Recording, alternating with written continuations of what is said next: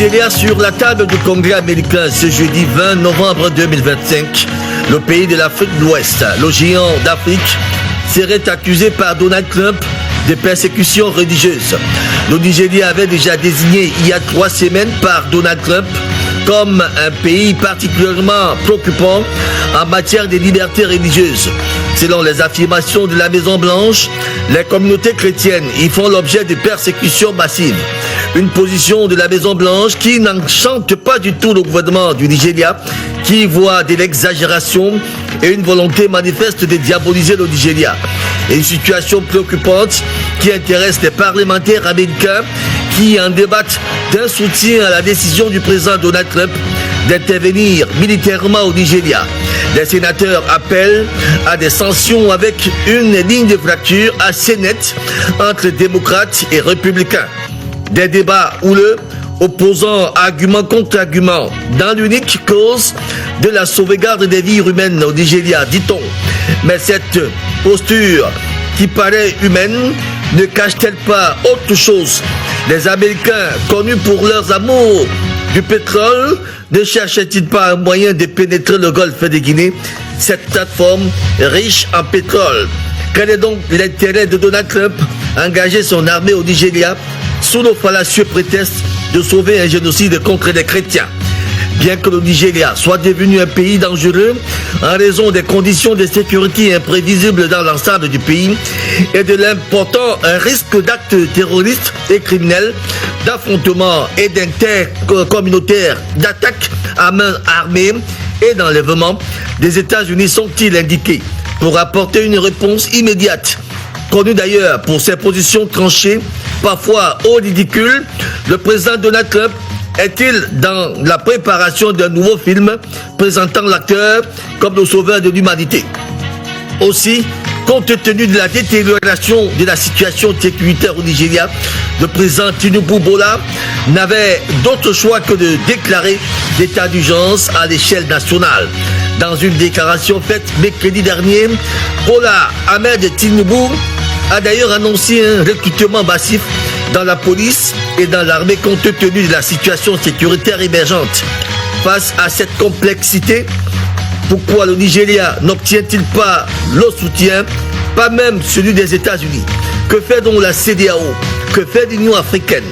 À quoi rime ce manque de solidarité vis-à-vis du Nigeria, dont le pays est en proie de déstabilisation? Que peuvent-elles les autorités nigérianes et africaines pour renverser la donne? Toutes ces questions et bien d'autres nous intéressent d'ailleurs ce matin dans le cadre de notre débat hebdomadaire. C'est le festin panafricain. Bienvenue donc à tous et à toutes. Bienvenue à la Palabre intellectuelle. Bienvenue au débat.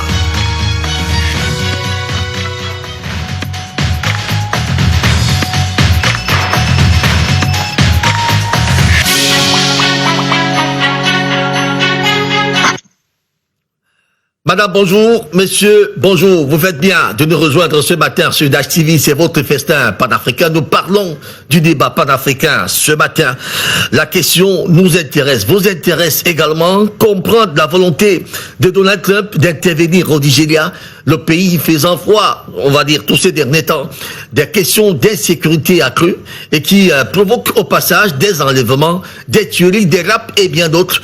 Ce qui a d'ailleurs provoqué, on va dire, l'ire des États-Unis d'Amérique à travers son président, qui estime qu'une intervention militaire au Nigeria serait nécessaire pour sauver la vie des chrétiennes. Est-ce une guerre confectionnelle qui est déclenchée au Nigeria ou tout simplement le point de vue du président Donald Trump est tout simplement erroné? En tout cas, nous allons mener la réflexion sur ce plateau avec le panel, plus ou moins déjà dans ces studios 101 de la maison de production de Dash TV. Avec beaucoup de plaisir, nous allons d'ailleurs les accueillir. Le tout premier, on espère, il est d'ailleurs arrivé ici, le tout premier, bien vêtu avec une veste et cravate, pourquoi pas. Le docteur Nyamsi Pouli, il faut le rappeler, le docteur Nyamsi Pouli est universitaire, il est également politique. Docteur, bonjour. Bonjour, chers frères, bonjour à mes co-discuteurs, à tous les panélistes. Bienvenue à Tableau Débat, un débat panafricain pour conscientiser, l'éveil des consciences, apporter de l'eau au moulin pour que la réflexion africaine soit prise au Conseil des Nations. Voyez-vous, l'Afrique souffre de ces mots, et c'est les mots de cette politique dont l'Afrique devrait guérir. Très bien, j'aime bien vous voir, docteur Podi, Niamsi, Podi. Vous savez, vous commencez à séduire mes téléspectateurs au point où, si vous étiez une femme, tout le monde allait vous courtiser. Hein. Mais vous savez, les hommes, parfois, on les regarde comme ça, on ne courtise pas trop. Parce qu'on dit, écoutez, nous aimons les femmes, nous n'aimons pas les hommes. Voyez-vous, monsieur Béla, il va du choix sémantique et rhétorique que chaque acteur politique arrive à convaincre son auditoire. Il faut apporter les éléments justificatifs afin que l'Afrique se sente libérée du joug occidental. Et nous qui sommes dans le champ panafricaniste, nous pensons que il y a une liberté, une souveraineté, une résilience dont l'Afrique doit faire face à cette Europe. Saviez-vous, c'est l'un des continents les plus riches et c'est une population qui est majoritairement jeune. Et dans le débat, nous allons éclairer la lanterne. D'ailleurs, je vous ai gardé quelque chose ce matin en guise de sujet d'entrée pour vous remettre un peu en condition, docteur Podi Niamsi. Deux sujets sont au choix, hein. Soit la tournée du président Emmanuel Macron, ou alors la Guinée qu'on a créée, donc la Guinée-Bissau, le coup d'État qui vient d'avoir lieu il y a 48 heures exactement. Vous choisissez quel sujet parmi les deux?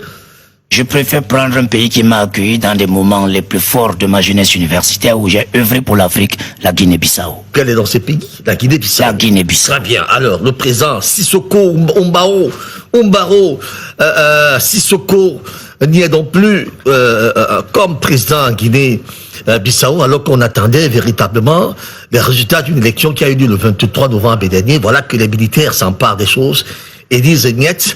Heureusement que ces derniers a été conduit au Sénégal par un avion affrété par ces derniers. Il est arrivé au Sénégal sain et sauf. Mais le pouvoir est géré désormais par les militaires. Un certain général Atta Ntam, qui est d'ailleurs le nouveau patron de là-bas. Alors comment comprendre qu'en Afrique de l'Ouest, ces coups d'État deviennent récurrents? On rappelle que la Guinée-Bissau, notamment, est un pays qui a une culture des coups d'État et que ce monsieur a d'ailleurs loupé un coup d'État en 2023. Dans celui de 2025, il ne l'a pas loupé. Alors, dites-nous un peu, la culture des coups d'État en Afrique de l'Ouest, est-ce une nouvelle donne qui revendique l'identité de ces pays, estimant que ceux qui sont aux ordres peut-être de l'Occident, ou tout simplement c'est un plaisir des militaires de goûter aussi le pouvoir maintenant? Non, ce n'est pas un plaisir aux militaires de goûter le pouvoir. C'est une instrumentalisation qui vient de ce qu'on aurait appelé les bailleurs de fonds et les puissances étrangères qui veulent faire de la Guinée-Bissau un gâteau d'anniversaire. C'est-à-dire quoi? Partager cette belle république. Depuis 1974, lorsque le Portugal quittait la Guinée-Bissau, c'est 10 coups d'État. Tentative de coup d'État réussi. Seul Sissoko Umbaro a été un président élu et reconduit. Alors voyez-vous, ces prises de position sur le débat africain du panafricanisme, la crise congolaise, où il s'est mis comme un bâton de pèlerin pour dire à ses pairs africains, venez, on va résoudre ensemble. Il a dit à la CEDEAO non à certains éléments. Vous saviez qu'il a été parmi ceux-là qui a dit que l'État, les États du Sahel sont autonomes et libres de s'autogérer parce que c'est comme ça que l'Afrique doit être. Il y a donc eu implosion intellectuelle, il y a eu complot contre Sissoko Umbaro et ces complots ont été tapis dans l'ombre. Il ne les a pas vus venir pour la beauté d'un pays qu'il a construit pendant pratiquement 8 ans, parce qu'il y a eu un mandat et un autre mandat réélectif. Il s'est donc dit, pourquoi est-ce qu'on va gâter tout ce qu'on a fait avec l'argent du fisc? Comment est-ce qu'on va tuer toute une population bissau-guinéenne pour des intérêts mal avoués? Sissoko a donc compris, a demandé à l'armée, il n'y aura pas de revendication, il n'y aura pas de vive voix, il n'y aura pas ce qu'on aura appelé la réponse du berger à la bergère. Moi, je suis prêt à laisser le pays pour que soit pacifié. Et c'est pourquoi, en tant que grand homme gentleman dans la politique, n'oubliez pas qu'il a fait un passage à la grande université de Rial au niveau de l'Espagne, où il a eu un doctorat en sciences psychologie, en sciences politiques et militaires. N'oubliez pas qu'au Portugal, il est issu d'une très grande université sur le règlement des conflits sur le plan international. Sissoko, ce n'est pas le monsieur qui va préférer garder le pouvoir pour que les Guinéens meurent. C'est un homme que j'ai connu très tôt, il y a de cela 15 à 18 ans aujourd'hui, lorsque j'étais à l'agence universitaire francophone. Est-ce que ce n'est pas l'ami qui parle? Ce n'est pas l'ami qui parle. C'est un jeune capitaine qui a grandi ses échelons au sein de la culture bissau-guinéenne et de cette armée, qui à un certain moment a pris un pouvoir. Et si vous regardez la ville de Bissau aujourd'hui, et si vous regardez son plan international, comment est-ce qu'il a géré la crise congolo-congolaise, je veux dire, la crise de Tshisekedi et le M23 et l'AFP, vous allez vous rendre compte que c'est un homme épris de paix. Maintenant, l'ayant connu tout jeune, il y a de cela 15 à 18 ans aujourd'hui, et l'homme qu'il est aujourd'hui et sa proximité avec le monde universitaire, Mbalo Maro Sissoko. Alors, est-ce que ce n'est pas là la question? Parce que les intellectuels qui semblent arriver au pouvoir ont encore des acquaintances peut-être avec des pays qui les ont formés, notamment la France.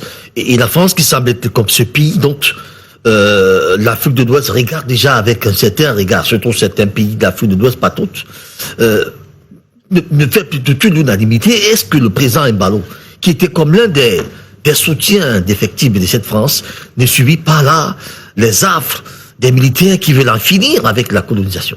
Vous devez savoir que la Guinée-Bissau est luxophone. En soi, 1974, est-ce qu'elle prend son indépendance? Nous sommes en droit de comprendre pourquoi est-ce que le Portugal, n'étant plus au Conseil des Nations comme la France, l'Allemagne et l'Angleterre, a cédé quasiment une partie de ses colonies à la France. Et l'émergence française et sa politique à la recherche des sols pétrolifères et à la recherche de ce qu'on aurait appelé les intérêts inavoués est obligée. Cette France est obligée de reconquérir certaines colonies laissées par ses pères pour pouvoir assouvir son économie personnelle. Et je suis de bon ton à pouvoir dire à toute la planète galaxie panafricaine que ce coup d'État n'est que l'émanation d'un pays limitrophe qui sert les intérêts d'une base française encore chez elle. Tout à fait. Et cette base française ne peut qu'être une base arrière pour déstabiliser Bissau. Ils l'ont raté en 2023. Cette année, ils ne l'ont pas raté. Mais connaissant Sissoko, je sais que c'est un homme épris de paix. C'est pourquoi le couloir qui a été créé a permis à cet homme de dire non à ce qui se passe. Et je vais vous dire, ce mot opératoire, vous ne l'avez que dans 2 pays en Afrique. Vous savez que la Mauritanie a toujours les coups d'État sans effusion de sang. Tout à fait. Où les présidents déposent carrément le tableau et disent la population ne doit pas subir. C'est la même chose. Car Sissoko Embalo a dit je n'accepterai pas que mon peuple périsse parce que je vais garder un certain pouvoir. Dans le retour des institutions, ce qui est sûr, il reviendra un jour et s'il fait des élections dans la plus bonne des manières, le peuple guinéen, Bissau-Guinéen derrière Sissoko. Merci beaucoup, docteur Niamsi Poli, pour cette première prise de parole. La seconde, d'ailleurs, va tout droit pour un autre qui est d'ailleurs le tout premier sur ce. En fait, on va dire, il est le newcomer de ce plateau de tabloïd débat. Il va être découvert ce jour par les téléspectateurs de notre débat. Monsieur Melingui Désiré, effectivement, lui également homme politique, mais aujourd'hui nous le présentons comme un observateur de la scène internationale qui est avec nous. Monsieur, bonjour. Oui, bonjour Monsieur Mbena, bonjour à mes co-panélistes, surtout bonjour aux téléspectateurs qui nous regardent à ce moment. Merci d'avoir répondu tout vivement à notre invitation ce matin. Je vous garde un sujet d'entrée aussi, mais j'imagine que vous êtes dans votre peau, hein? Vous êtes dans votre peau, vous êtes encore un peu distrait. Je suis dans ma peau. Vous êtes dans votre peau, ouais. Très bien. Ça veut dire que vous êtes très à l'aise. Ouais, vous vous sentez chez vous, dans ce studio 101 de la maison de production de Dash TV. Merci de nous faire confiance. Des 2 sujets que vous avez suivis tout à l'heure, la France, avec la tournée du président Macron, et le coup d'État en Guinée. Vous préférez la tournée du président Macron? PSG avec? Oui, la tournée du président Macron. Oui. Très bien. Le président Macron a donc effectué, on va dire, une courte tournée de 5 jours en Afrique. Il a commencé cette tournée d'ailleurs à l'île Maurice, c'était jeudi dernier. Pas hier, mais jeudi 20. Cette tournée a commencé à l'île Maurice. Il a poursuivi sa tournée en Afrique du Sud. Et après l'Afrique du Sud, il est allé au Gabon. Et après le Gabon, c'est l'Angola. Il a clôturé d'ailleurs cette tournée, je crois, lundi dernier. C'est lundi. En Angola. Alors, dites-nous un peu, le président Macron, s'il n'est plus dans la logique de la France-Afrique, est dans une autre logique, celui de redorer une relation avec l'Afrique. Mais comment entend-il bâtir une relation avec un continent qui voit déjà la France autrement? Oui, mais justement, vous savez que cette tournée, pour moi, je crois que le président Emmanuel Macron était peut-être obligé de la faire. Parce qu'au jour d'aujourd'hui, nous sommes tous conscients que la France a presque, si elle n'a pas tout perdu, elle a presque tout perdu en Afrique. C'est-à-dire que nous connaissons quand même l'AS, nous connaissons quel est le comportement et le fonctionnement des nouveaux chefs d'État qui sont de ce côté-là. Et lorsque son choix a été fait, vous comprenez qu'il est arrivé, pas très loin de nous, il a été au Gabon, il n'a pas été au Cameroun, il n'a pas été au Tchad, il n'a pas été en Centrafrique, nous tous nous savons pourquoi. Mais maintenant, qu'est-ce qu'il va faire? Il faut établir un autre type normalement de relations, que les relations ne soient plus celles qu'elles ont été avant. Parce qu'avant, les relations France-Afrique, c'était des relations de soumission en réalité, parce que ils ne venaient pas comme des collaborateurs, ils venaient comme comme des ordonnateurs qui demandaient et qui imposaient leur vision et leur manière de faire aux Africains. Or, lorsque le président Macron s'en va dans un pays comme l'Afrique du Sud, dont nous savons ne peut rien imposer à l'Afrique du Sud, c'est-à-dire qu'il va là-bas, c'est pour aller chercher des coopérations franches, c'est-à-dire que des collaborateurs avec lesquels il va continuer le partenariat en Afrique. Bon, le Gabon, par exemple, au Gabon, on est un peu dubitatif parce que ce qui s'est passé comme coup d'État au Gabon, pour certains, c'est une bonne chose, pour les autres, je crois que nous sommes dans la continuité. Voilà l'île Maurice qui, très souvent, n'a jamais eu des hauts et des bas. C'est un pays qui a toujours été quand peut-être aller là-bas réchauffer. Normalement, les relations diplomatiques sont toujours restées, je crois, stables avec ce pays-là. Donc, au jour d'aujourd'hui, je pense que le président Emmanuel Macron a compris que la France est en train de perdre l'Afrique. Et s'il ne faudrait pas que la France perde l'Afrique complètement, il est aujourd'hui le bon ton que les relations reviennent quand même à leur meilleur niveau. Ça veut dire quoi? Que ce soit des relations de respect, que ce soit des relations bilatérales, que ce soit plus des relations, comme on dit, de dépendance. C'est-à-dire que le peuple africain aujourd'hui n'est plus prêt à être soumis à cette dictature dont on a supporté à l'époque. Donc vous comprenez donc que le président Emmanuel Macron est arrivé en Afrique. Je crois que si jamais il brigue un prochain mandat, il y arrivera encore et encore. Parce que là, vraiment la France a besoin de ça pour que l'Afrique... Sinon, vous savez aujourd'hui que les Africains sont beaucoup plus portés vers l'Asie. C'est-à-dire que l'Asie et l'Eurasie. C'est-à-dire qu'il y a la Turquie et la Chine et même la Russie qui sont rentrés en Afrique et qui sont en train de rentrer davantage, que ce soit sur le plan militaire, que sur le plan industriel. Donc, et qu'est-ce qui reste donc à la France en Afrique? Si la France ne fait pas ses efforts, la France va sortir de l'Afrique complètement. Donc, le président Emmanuel Macron, vous voyez, la tournée a été légère. C'est une tournée, et cette tournée, il n'a vraiment pas adressé les pays qui lui étaient véritablement soumis. Excepté le Gabon. Le Gabon, oui. Excepté le Gabon. Oui. Vous comprenez donc que le gars est dans une approche, je ne veux pas dire d'apaisement, mais là il est en train de tester le terrain pour voir comment est-ce que la nouvelle manière de gérer ces relations va se définir dans les jours et années à venir. Le président Macron, dont on connaît parfois avec des égarements de voix, quelque peu, il dit une chose, il revient sur la même chose, il dit une autre, et puis il tend à renier même ce qu'il venait de dire un instant. Certains experts, certains observateurs estiment que son arrivée au Gabon, c'était effectivement pour s'assurer que le Gabon reste dans le giron français. Vous savez que le président Bongo commençait déjà à sortir un peu des griffes de cette France, et cette transition qui a été menée par Brice Clotaire Oligui semble avoir obtenu l'aval de la France. Il fallait s'assurer donc d'ailleurs qu'effectivement la France demeure et reste encore l'ultime soutien de ce Gabon, et davantage celui qui va gérer la richesse gabonaise. Vous avez son départ pour l'Angola, en fait, pour l'île Maurice. On a estimé que le fait que en Madagascar, pratiquement Macron a été remis à ses portes, puisque le président Rajoun a été démis par les militaires, lui qui était un soutien indéfectible au président Macron. Il fallait rechercher dans la même région, c'est-à-dire en Afrique de l'Est, un autre État qui pourrait jouer le rôle. Tout son arrivée à l'île Maurice. Mais est-ce que, lorsqu'on regarde la posture française aujourd'hui, ces gens qui ne savent pas travailler, tout ce qu'ils savaient faire, c'est boire un peu de whisky, et puis porter des vestes et des cravates comme nous autres.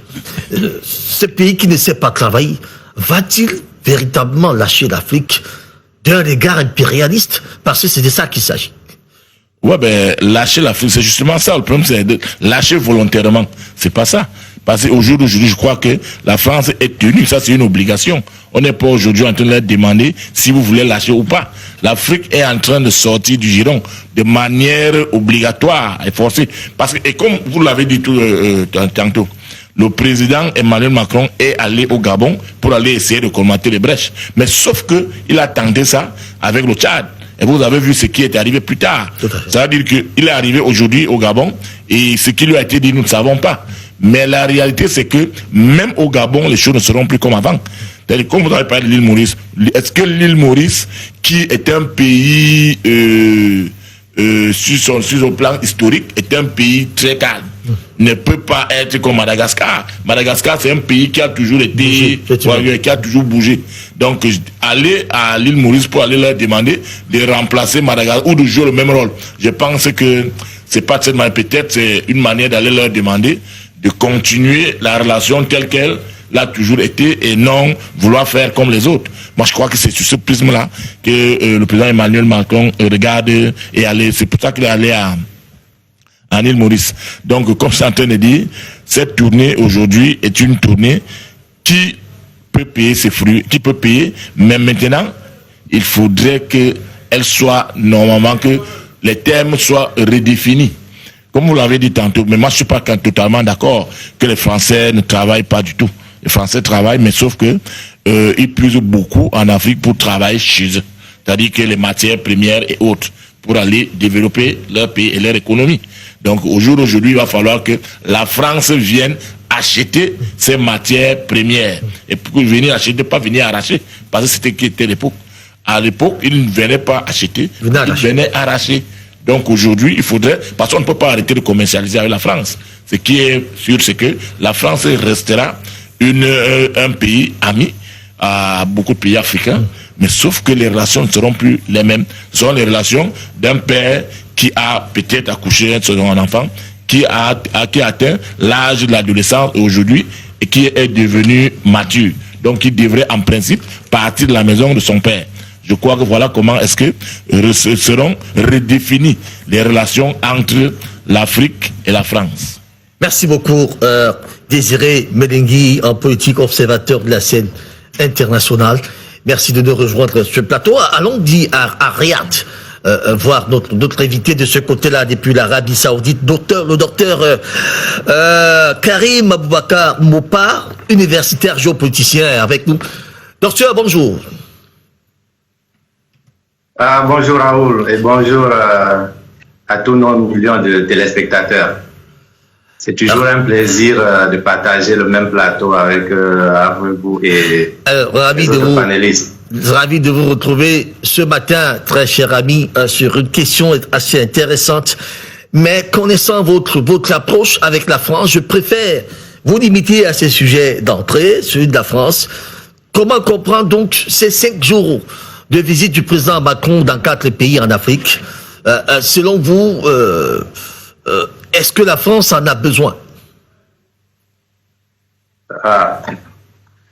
En fait, je vais pratiquement reprendre ce que vous avez dit en substance, parce que il y a plusieurs raisons, Raoul. Et la France, il faut le dire. Bon, j'ai suivi que vous l'avez dit, que les Français ne travaillent pas. Bon, c'est peut-être une exagération. Les Français travaillent, sinon la France ne serait pas la 7e puissance mondiale. Bon, ça c'est pour évacuer. Pour revenir à votre question, Raoul, il faut comprendre ce déplacement de M. Macron sous plusieurs angles. 2 aspects socio-économiques et 2 aspects politiques. Je préfère commencer par l'aspect socio-économique. M. Macron fait sa tournée parce que, vous l'avez si bien dit, l'aura de la France est en train de considérablement diminuer en Afrique sur le plan économique. Et les Français se rendent compte qu'il faut relancer la piste des importations plutôt de la France, notamment en Afrique. Vous devez comprendre une chose, la France a beaucoup de problèmes d'énergie. Et depuis que la Russie ne fournit plus le pétrole à la France, elle a beaucoup de difficultés sur le plan énergétique. D'ailleurs, il faut le rappeler, la France achète le pétrole russe maintenant indirectement, ce qui fait que ça la pousse à payer 2 fois plus cher. Pour la tournée de M. Macron en Afrique, il faut voir beaucoup plus, comme je l'ai dit, premièrement, l'aspect économique. Vous devez... ce qui est intéressant de savoir, c'est que Total Énergie, Total, c'est l'entreprise énergétique française, a découvert des gisements de pétrole au niveau du lac Albert, au nord-est de la RD Congo. Et puis, Total s'est engagé à construire un pipeline qui va terminer, qui envisage sortir le carburant, canaliser le pétrole du lac Albert vers la Tanzanie. Et pendant longtemps, les ONG de protection de la nature, notamment Greenpeace, ont porté plainte au niveau du tribunal de Arusha et du Congo contre Total. Et hier ou avant-hier, toutes ces plaintes ont été déboutées au tribunal. Allez-y savoir pourquoi. Parce que, certainement, et ça, on l'a même dit au niveau du Quai d'Orsay, le ministère français des Affaires étrangères, que Total doit gagner ce marché. Et les tribunaux ont débouté Total. Voilà comment Total va lancer la construction du pipeline qui va rapporter des milliards de dollars à la France. Maintenant, le deuxième aspect économique, c'est justement raviver ces relations-là. La France est en train d'être battue par les puissances, les nouvelles puissances, comme l'a dit M. Melinghi, notamment la Turquie, et même les Émirats arabes unis. Donc, il faut dans la France se repositionner véritablement. D'où la visite de M. Macron en Angola. Donc, l'Angola qui est un très grand producteur de pétrole. Il faut se rassurer que les matières premières de l'Angola, de la RD Congo, que la France gagne les parts de marché là-bas. Donc, la tournée de M. Macron n'est vraiment pas anodine. Ça, c'est sur le plan économique. Maintenant, sur le plan politique, et vous l'avez si bien dit, M. Macron va à l'île Maurice, qui n'est pas très loin de Madagascar. Souvenez-vous que Ange Rajouel, l'ancien président de Madagascar, qui a été chassé par la génération Gen Z, était, et ça c'est une très grosse incongruité, il y avait la nationalité française. Et c'est un secret de polichinelle pour dire que c'est la France qui a extradé, qui a fait sortir Ange Rajouel de Madagascar. Et l'actuel président a pris le pouvoir, qui était pratiquement dans la rue, comme avait dit un ancien dirigeant français. L'actuel président arrive et décide d'ouvrir son partenariat. Commence à traiter avec la Turquie, pardon, pas la Turquie, commence à traiter avec la Russie. Et c'est très, très mal vu en France. Donc, M. Macron est en train de vouloir réactiver les lobbies français à Madagascar. Parce que dans la rue, il y a de cela un mois, la génération française a pratiquement insulté la France, qui ne défend pas, et la France et le président Ange Rajouel, qui ne défend pas les intérêts de Madagascar, mais défend plutôt les intérêts de l'ex-colonie. Ça, c'est le cas de Madagascar. Pour venir au Gabon, et vous l'avez dit, le Gabon est le cœur de la France-Afrique. C'est le coup d'État de 2013, je me souviens, on a été sur un plateau ensemble, Raoul, montre que, et je l'avais expliqué, la France avait très mal vu le coup d'État de 2023, pardon, pas 2013, du 30 août 2023. Parce que Melinghi qui arrive avait l'intention de rompre avec la France-Afrique. Et ça a été très mal vu en France. Comme d'habitude, le président, la France a activé ses lobbies et le président Olingi, et ça c'est ma grande déception, Raoul, est en train de céder. Souvenez-vous, il n'y a pas longtemps, le président Olingi Nguema a revu les droits des visas. Pour les Français, c'est pratiquement rien. Mais pour les Africains, ça a été multiplié par 3. Donc, une façon de montrer que Monsieur le Président Nguema est en train de s'aligner. Et l'arrivée, à mon avis, l'arrivée de Macron au Gabon, c'est une façon de féliciter, d'adouber le président Oligui Nguema. Et moi, ça m'attriste parce que il était arrivé avec ce président était arrivé avec l'optique de rompre avec la France-Afrique. Bon, malheureusement ou heureusement pour les Français, le Gabon est rentré dans le giron de la France-Afrique. Voilà comment de façon succincte, je liste ce déplacement, cette visite de M. Macron en Afrique.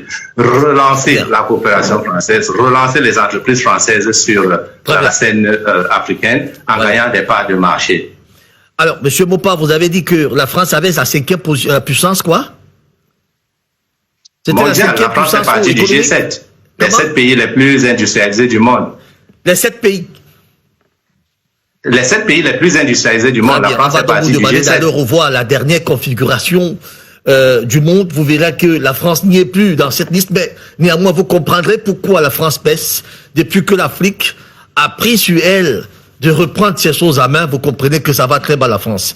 Et quand un monsieur comme moi, bien aguerri dans le panafricanisme, j'ai dit que la France ne travaille pas. S'il vous plaît, n'essayez pas de me mettre la cause parce que j'ai des raisons pour lesquelles j'ai dit que vous ignorez certainement.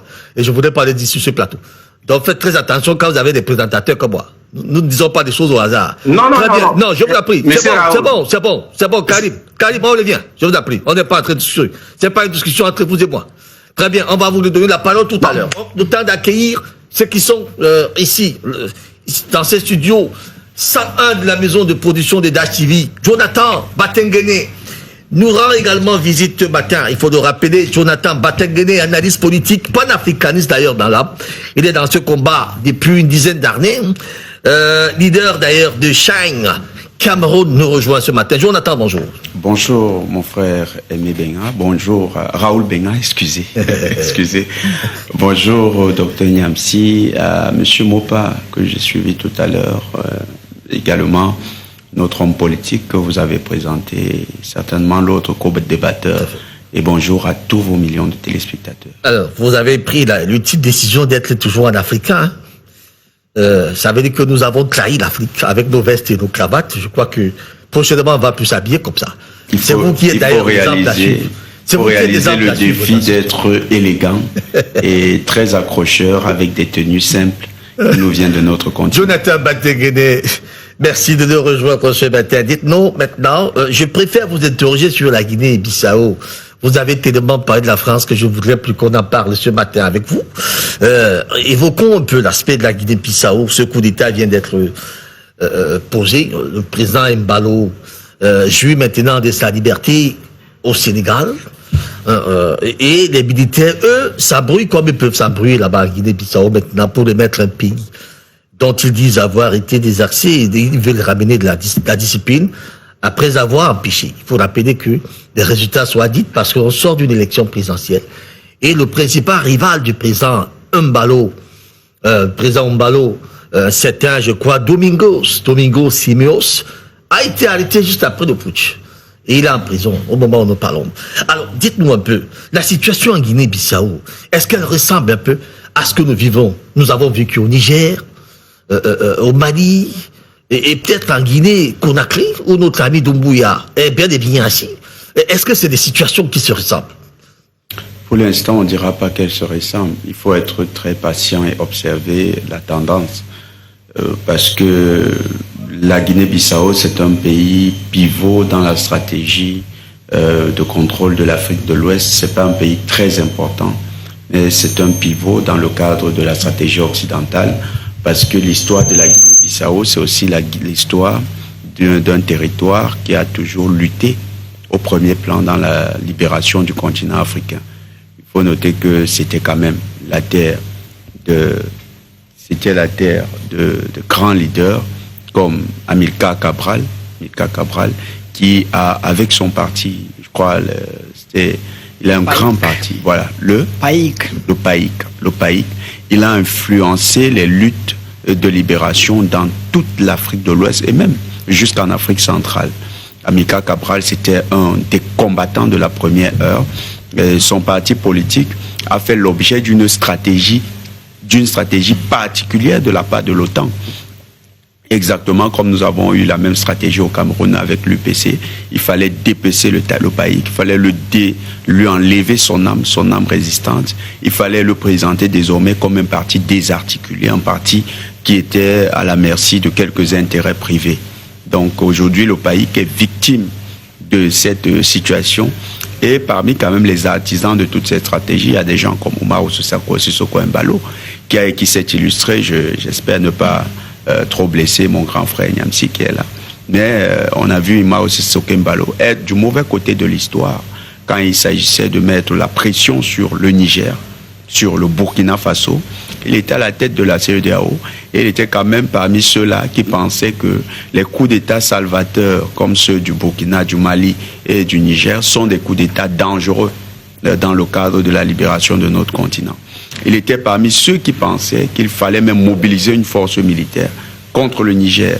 Et on l'a vu même remonter contre les autorités maliennes lorsque les autorités maliennes ont décidé de chasser les bases d'occupation françaises. Il faisait partie de ceux-là qui, aux côtés de Ouattara et de Macky Sall, menaient une attrition contre la diplomatie malienne. Il allait du mauvais côté de l'histoire, donc pour nous, on n'a pas de larmes à verser pour ce genre de dirigeants. Quand il part, on dit bravo.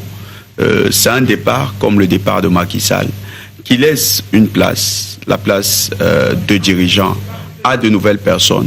Maintenant, on va voir si ces dirigeants sont à la hauteur des enjeux. Est-ce qu'ils seront capables de redresser la trajectoire de la Guinée-Bissau? Est-ce qu'ils seront capables de travestir le projet larbinistique qui a été confié au président bissau-guinéen? Est-ce qu'ils seront capables d'être les panafricanistes que l'on attend à la tête de cet État? Il faut savoir que si la Guinée-Bissau va dans le giron panafricaniste, c'est l'espace lusophone qui sera influencé dans le cadre du panafricanisme. Donc vous avez tout à côté le Cap-Vert, vous avez d'autres pays, le Mozambique, vous avez d'autres pays qui vont rentrer dans la danse. Et justement, si vous avez demandé, vous avez parlé de Macron, la question énergétique, tout ça. Je veux bien embrayer sur le sujet. Pourquoi? Parce que au niveau du Gabon, ce n'est pas les ressources naturelles du Gabon qui sont mises en débat. La question, c'est les mercenaires tchadiens, centrafricains et français qui ont été arrêtés à l'occasion de la crise post-électorale camerounaise. Ils ont été interpellés au Cameroun par les autorités camerounaises. Il y a eu 3000 cartes d'identité, de fausses cartes d'identité qui ont été produites avec la complicité des services spéciaux français.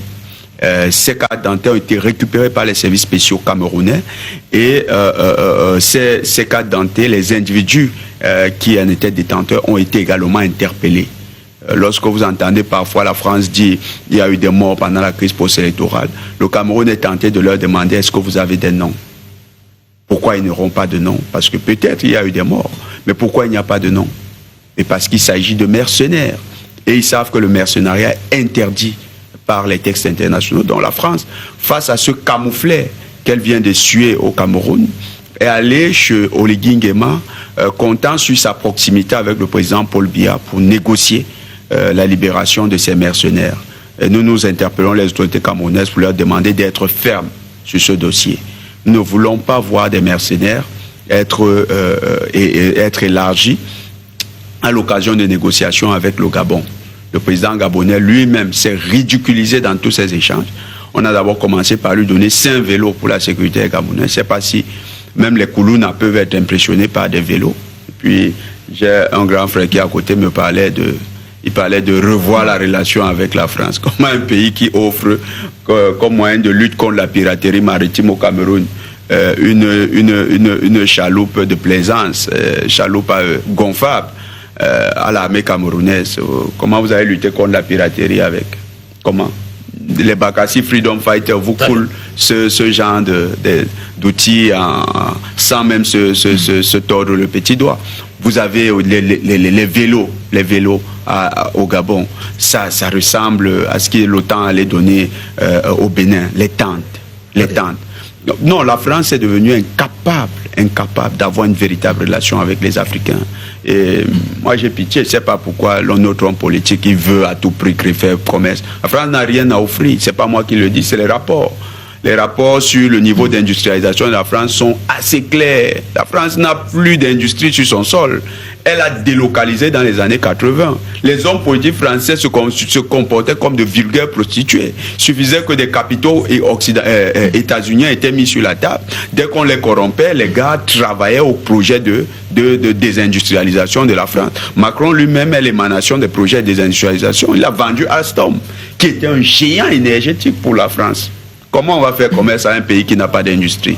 La France même achète tout son matériel en Chine. Donc nous sommes déjà en commerce avec les Chinois. Il est mieux d'aller récupérer la technologie chez les Chinois au lieu de recommencer à discuter avec les Français qui n'ont ni argent, ils n'ont que la crise à nous importer, à nous exporter. Donc on ne peut pas récupérer leur crise. Et puis aujourd'hui, le Sénat français lui-même dit l'avenir de la France c'est où? C'est en Afrique. Si nous n'avons pas l'intelligence de nous méfier de quelqu'un qui dit que son avenir c'est dans notre maison, eh bien là c'est un gros problème. Donc pour nous la France n'a plus rien à offrir et M. Embalo était un larbin de M. Macron. On l'a vu plusieurs fois là à Paris faire le petit bébé et dans cette posture il n'a jamais donné de la hauteur à la Guinée-Bissau. Nous disons bravo à ces militaires qui ont réalisé le coup d'État. Maintenant, nous leur mettons face à leurs responsabilités. Il faut une Guinée-Bissau réconciliée avec le projet d'Amilcar Cabral et tous les pères fondateurs du panafricanisme. Nous voulons voir une Guinée-Bissau qui, dans l'espace lusophone, porte le flambeau et donne le ton dans le cadre de la remontée en puissance du panafricanisme. Très bien. Merci beaucoup, Jonathan. Batangene, notre quatrième invité d'ailleurs sur ce plateau 101 de la maison de production des Dash TV, nous a également rejoint. Il est là, c'était un historien, il faut le dire. Yemele Fometio, un politique, président de l'Imara, historien, nous rejoint également ce matin. Bonsoir, monsieur le président. Bonsoir. Ah, j'ai envie de dire bonjour. Bonjour. Vous savez comment on présente des émissions parfois la nuit? On confond parfois la nuit et la nuit. Ça arrive.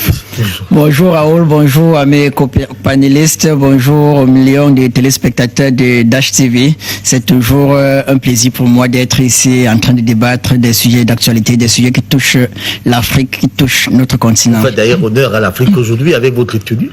Exactement. Je continue à dire que nous avons trahi. Dr Nyamsi et moi et M. Médengui, nous avons trahi l'Afrique. C'est pas grave. Bon, on fait avec. Alors, Yemele Fometio, vous choisissez quel sujet? Les deux, je peux aborder les deux, mais je préfère aborder la France. Mais je n'ai pas de problème avec l'autre sujet. La France a des problèmes. Alors, le président Macron a donc fait sa tournée de 5 jours dans 4 pays africains. Une tournée qui commence le jeudi 20 novembre et qui s'est achevée, je crois, lundi dernier par l'Angola. Alors, à la recherche peut-être d'une nouvelle donne de relations entre l'Afrique et la France, le président Macron est peut-être en difficulté. Ce n'est pas qu'il est peut-être la France en difficulté depuis. Le bloc occidental, parce que pour comprendre, il faut d'abord voir la crise au sommet. Au sommet du monde actuellement, il y a une crise entre l'ancien bloc occidental et l'ancien bloc oriental. Le bloc occidental a tenté une épreuve de force en Chine en armant l'Ukraine. Ils ont armé l'Ukraine, ils ont financé l'Ukraine pour que l'Ukraine affaiblisse la Russie. Une fois la Russie affaiblie, ils devaient profiter pour vaincre la Russie et se réimposer comme hyperpuissance mondiale, comme ils étaient avant l'émergence des autres pays. Mais malheureusement pour eux, en Russie, on dit souvent, ils ont trouvé un monsieur. Et malgré les dépenses qui sont assez énormes en Ukraine, malgré toutes les armes qu'ils ont envoyées, l'Ukraine n'a pas réussi à vaincre la Russie. Ce sont eux qui se sont endettés, ce sont eux qui sont épuisés financièrement. Et quand ils sont épuisés financièrement, cette fois-ci, ils sont en train de sortir de la crise. C'est pour cela que le président Trump a proposé un plan pour mettre fin à la guerre. D'ailleurs, les États-Unis s'étaient retirés de cette guerre et avaient dit on ne peut plus continuer la guerre. L'Union européenne avait dit on va continuer. Quand l'Union européenne a voulu continuer quelque temps, l'Union européenne s'est rendue compte que la guerre, ils ne peuvent pas soutenir. Ils sont en face de la Russie. Ce n'est pas n'importe quelle puissance. Alors, pour sortir de la crise, l'Union européenne a accepté le plan de Trump. Et quand l'Union européenne accepte le plan de Trump, les Européens ont mis des moyens financiers dans cette guerre et ils n'ont rien reçu. Cette fois-ci, leurs économies sont en baisse. Il faut trouver des partenaires pour pouvoir renflouer leur caisse en quelque sorte. D'une part, c'est ce qui justifie la tournée de Macron. D'ailleurs, que Macron était, la France avait presque pris le devant de la guerre. De cette guerre, Macron passait partout, parlait de la guerre en Russie, de l'impérialisme russe partout. Et la France, le bloc occidental, a perdu cette guerre, il faut le dire. Elle a perdu la guerre, elle est en train de perdre la guerre, elle est en train de sortir de la guerre. Que faut-il faire? La France est très, très en difficulté. La France ne produit pratiquement plus rien. Elle dépend presque exclusivement de l'Afrique.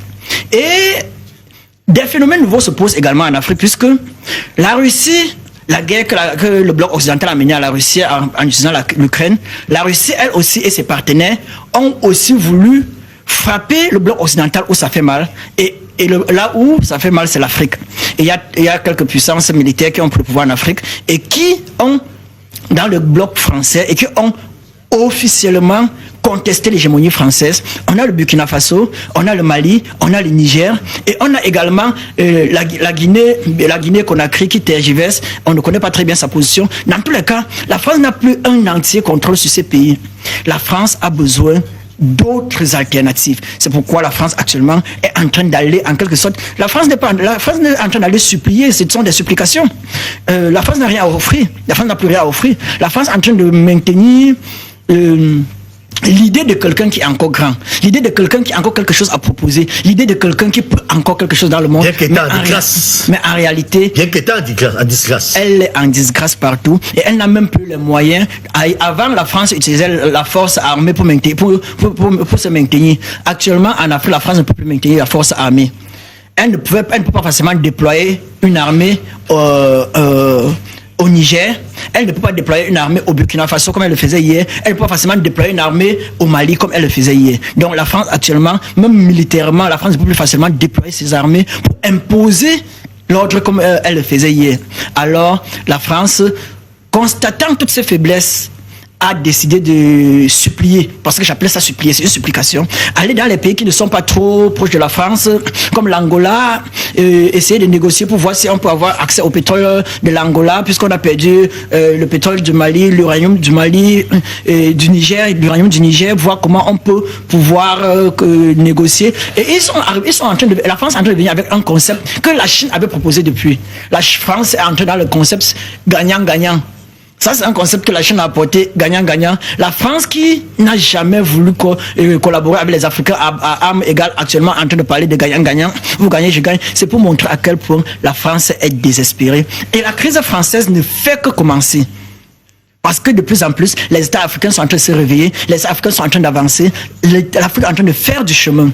Elle le fait sûrement lentement, on peut le regretter, mais les avancées sont là et la France actuellement est en train d'amorcer sa chute. D'ailleurs, la France n'est plus comptée parmi les grandes puissances mondiales. Et dans le bloc occidental encore, c'est un bloc où pour pouvoir avoir du poids, il faut compter, il faut montrer qu'on est capable. Or, la France est de plus en plus, dans le bloc, on lui demande qu'est-ce que tu apportes. La France doit être capable de dire, voilà ce que j'apporte. Et qu'est-ce que la France a apporté dans le bloc occidental actuellement? Pratiquement rien.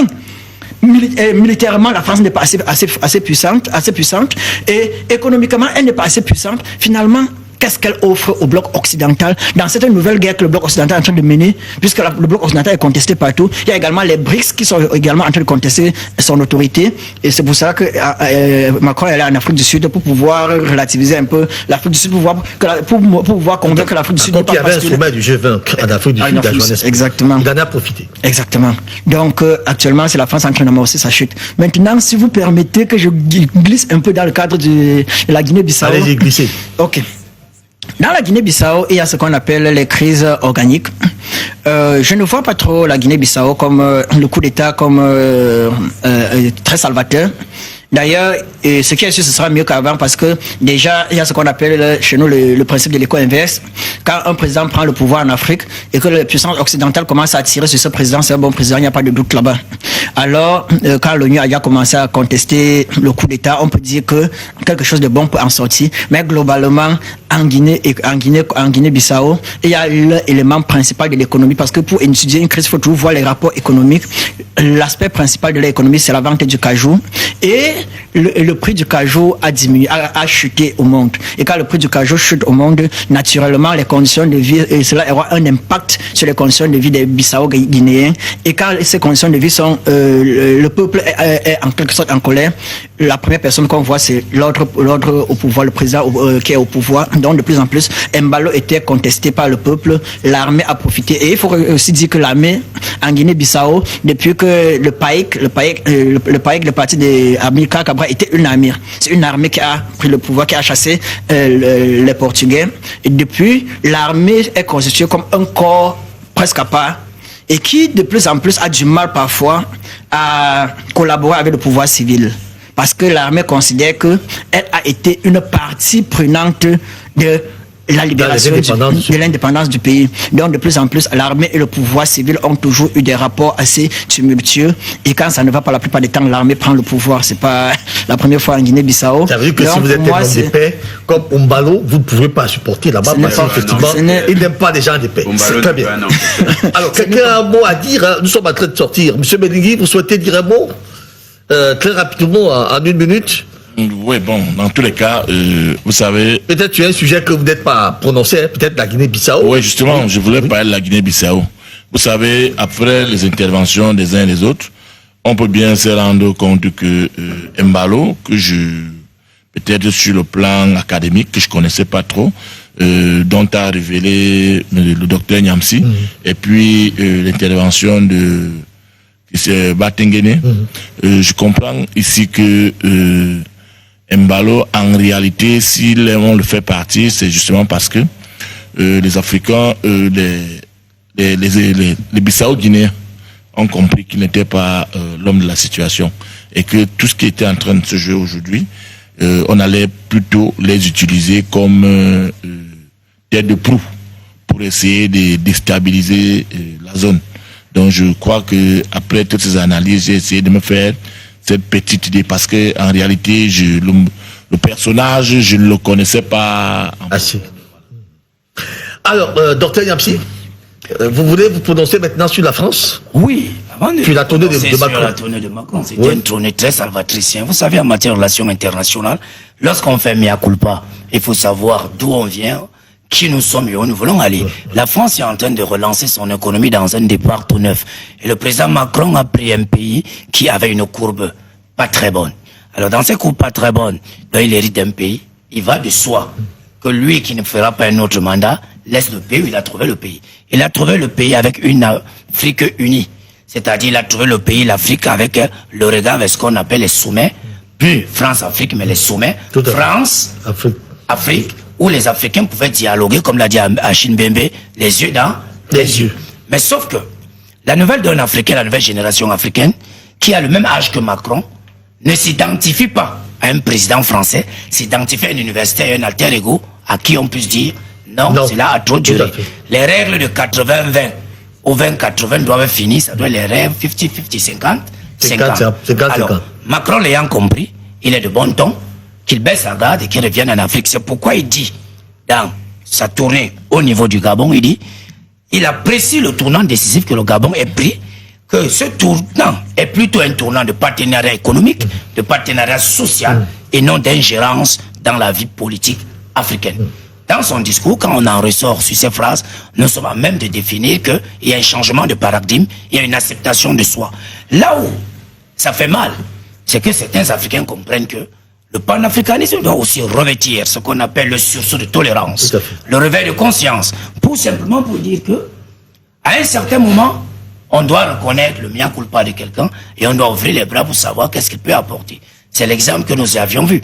Vous savez, on parle trop de l'Afrique du Sud, mais il y a une ville en Afrique du Sud qui n'y a que des blancs. Hein.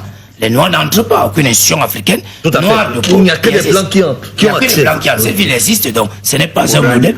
Ouais, merci beaucoup. Ce n'est pas... Et Macron ne dénonce pas ça. Et Macron ne l'a pas dénoncé, il est allé parce que c'est une nouvelle façon de faire sa politique. Lorsque je reviens sur la Guinée-Bissau... Très bien, chutez par là, docteur. Je chute par là parce que c'est l'un des présidents bissau-guinéens qui a arpenté pratiquement 5 ministères avant d'être Premier ministre. Dans sa prise de conscience, il a été mal compris par son peuple parce qu'il a été président de la CEDEAO. Et lorsqu'on est président en exercice d'une sous-région, on doit prendre le pouls de tous les autres pays. Alors, ayant pris le pouls de ces pays qui sont restés dans le joug français, ayant pris le pouls de ces pays qui sont sortis du joug français, tels que le Niger, le Burkina et le Mali, il s'est donc trouvé ce qu'on appelle au carrefour d'une randonnée intellectuelle. Et dans ce carrefour, il a fait la part belle de la CEDEAO et il est revenu auprès de ses pairs. Il a rendu compte, certains de ses pairs n'ont pas voulu de lui. Il y a eu une instrumentalisation. Et dans cette instrumentalisation-là, c'est le peuple bissau-guinéen qui devait sortir grand. Grand pourquoi? Parce qu'il a accepté quitter son pouvoir. Grand pourquoi? Parce qu'il a accepté qu'il n'y ait pas un bain de sang. Grand pourquoi? Parce que ce fut un coup d'État sans effusion de sang. C'est pourquoi j'en appelle à la conscience collective du peuple bissau que vous aviez un grand président qui a accepté partie de votre pays sans qu'il y ait un bain de sang. Et vous voulez saluer ces grands présidents. Très bien. Docteur Bopa, peut-être vous souhaiterez également intervenir sur un sujet que vous n'êtes pas apaisé, celui de la Guinée-Bissau, peut-être en 2 minutes, peut-être très rapidement. Oui, le sujet de la Guinée-Bissau. Oui. Je continue à dire, je crois l'avoir déjà dit plusieurs fois, il n'y a pas de coup d'État salvateur. La prise du pouvoir par la force n'est pas un acte honorable. Bon, maintenant que j'ai dit ça, nos dirigeants, les dirigeants qui sont à la tête de nos pays, doivent se battre pour que les conditions de vie des populations soient meilleures. Parce que ce sont les mauvaises conditions de vie des populations qui poussent justement le peuple à se retourner vers les militaires. Les militaires, en principe, devraient être dans les casernes. Nos dirigeants doivent se battre pour que les institutions soient fortes, doivent penser aux populations, doivent se battre pour leur population. Il est inconcevable, inadmissible que des gens vivent avec moins de 1000 francs CFA par jour. Ce n'est pas normal, Raoul. Donc ce sont les conditions de misère qui poussent les populations à se retourner vers les militaires. Et si être panafricaniste, c'est encourager les coups d'État, moi je pense que ce n'est pas ça. Le panafricanisme, c'est se battre pour les populations locales. Il faut que les populations locales, il faut que les dirigeants prennent conscience de l'importance des populations, se battre pour les populations. Il y a des dirigeants qui ne sont pas militaires, qui ne sont pas arrivés au pouvoir, mais qui se battent pour le bien-être de leur population. Et ces dirigeants restent au pouvoir pendant longtemps. L'armée n'a pas besoin d'intervenir, mon cher Raoul. L'armée n'a pas besoin d'intervenir. Donc, pour la Guinée-Bissau, c'est un petit pays. C'est un petit pays. Bon, je n'aimerais pas revenir sur Mbalo, qui était lui-même un ancien soldat. C'est un ancien soldat. Donc, ce sont ses camarades d'armes qui l'ont déposé. Et si ce dépôt a été, moi je peux dire ça facile, puisqu'on a interrompu un processus électoral. Et moi, ça me fait mal. Le fait d'interrompre un processus électoral. Les militaires auraient pu ou dû attendre que les résultats soient donnés, afin peut-être, et pourquoi pas, que l'un de pose la candidature. Moi, je suis pour l'alternance à la tête des États. L'alternance à la tête des États. Peut-être pas de façon démocratique, à la façon dont on comprend, mais avec l'assentiment de la population. Donc, le panafricanisme doit se saisir de cela. Penser, dire, appeler nos dirigeants à penser aux Africains, à leur population d'abord, pour éviter justement que les militaires arrivent. C'est toujours très mal vu quand les militaires arrivent au pouvoir. Surtout que quand ils arrivent, ils ont du mal à en repartir. Il faut voir, les exemples sont multiples. Tout à fait. Donc, Raoul, il faut penser aux Africains, penser à leurs intérêts. Je suis d'accord avec tout ce que les autres ont dit par rapport au 50-50. Il ne doit plus avoir de 80-20, il doit avoir de 50-50. On est dans la relation internationale. Les partenariats doivent être bénéfiques de part et d'autre. Donc, Mbalo, pour moi, c'est un exemple parmi tant d'autres. Très bien. Merci beaucoup, docteur Bopa. C'est vrai que nous avons déjà pris notre temps imparti pour ces sujets d'entrée.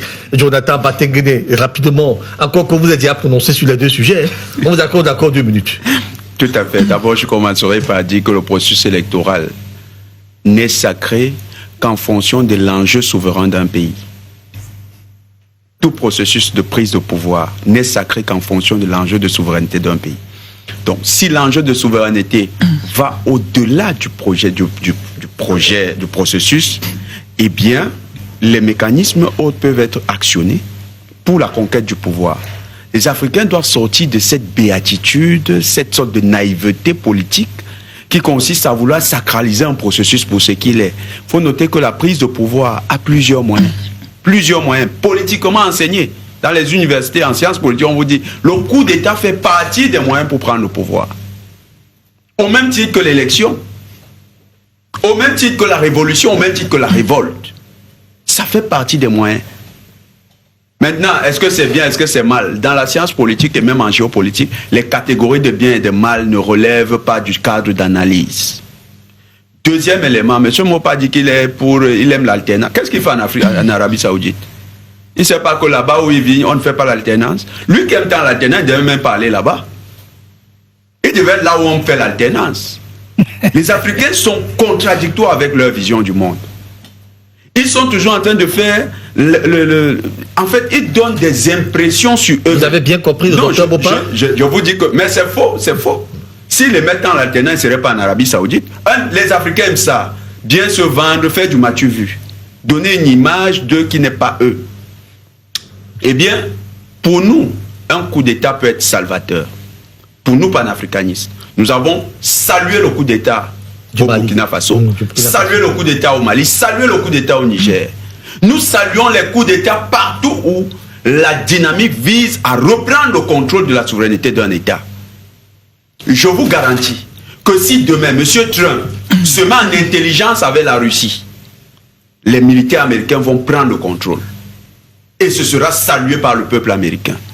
Mais nous, Africains, nous perdons de vue le fondamental d'un État. Et nous asseyons cela sur un ensemble de processus rébarbatifs qui sont parfois simplement du matu vu international. Non.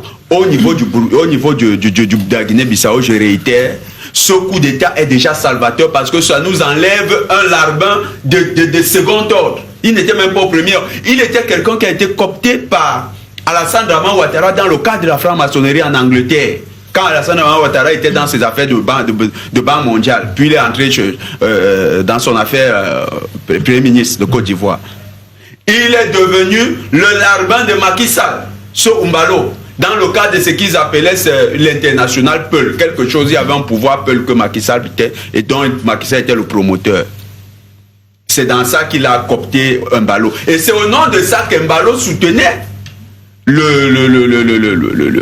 l'imam qui est Diko, qui lui aussi est un Peul. L'imam Diko. Au niveau du Mali. Donc il n'y avait rien là qui était panafricaniste. C'est ce genre de larbin qu'on voulait nous imposer. Et c'était encore, je ne veux pas dire le larbin, mais le toutounet de Macron. Ça dit son fils, mais il était comme son caniche. On le voyait carrément remuer la queue devant Macron. On l'a vu même Macron au niveau de la Guinée-Bissau. On a vu Macron et lui, il était embarrassé, il ne savait pas, c'est Macron qui le dirigeait. Macron était devant, il était derrière comme un enfant. En Guinée-Bissau, dans son propre palais. Non, de tels larbins, c'était mieux déjà. C'est déjà une avancée de les enlever de notre regard. Maintenant, nous interpellons les militaires bissau-guinéens qui ont pris le pouvoir. La souveraineté de leur pays doit redevenir le modus operandi de leur gouvernance. Ils doivent mettre la souveraineté du pays au premier plan. Et ils doivent reprendre les plans qui étaient déjà ceux d'Amilcar Cabral. Parce que nos pays ne partent pas sur des no man's land. Non.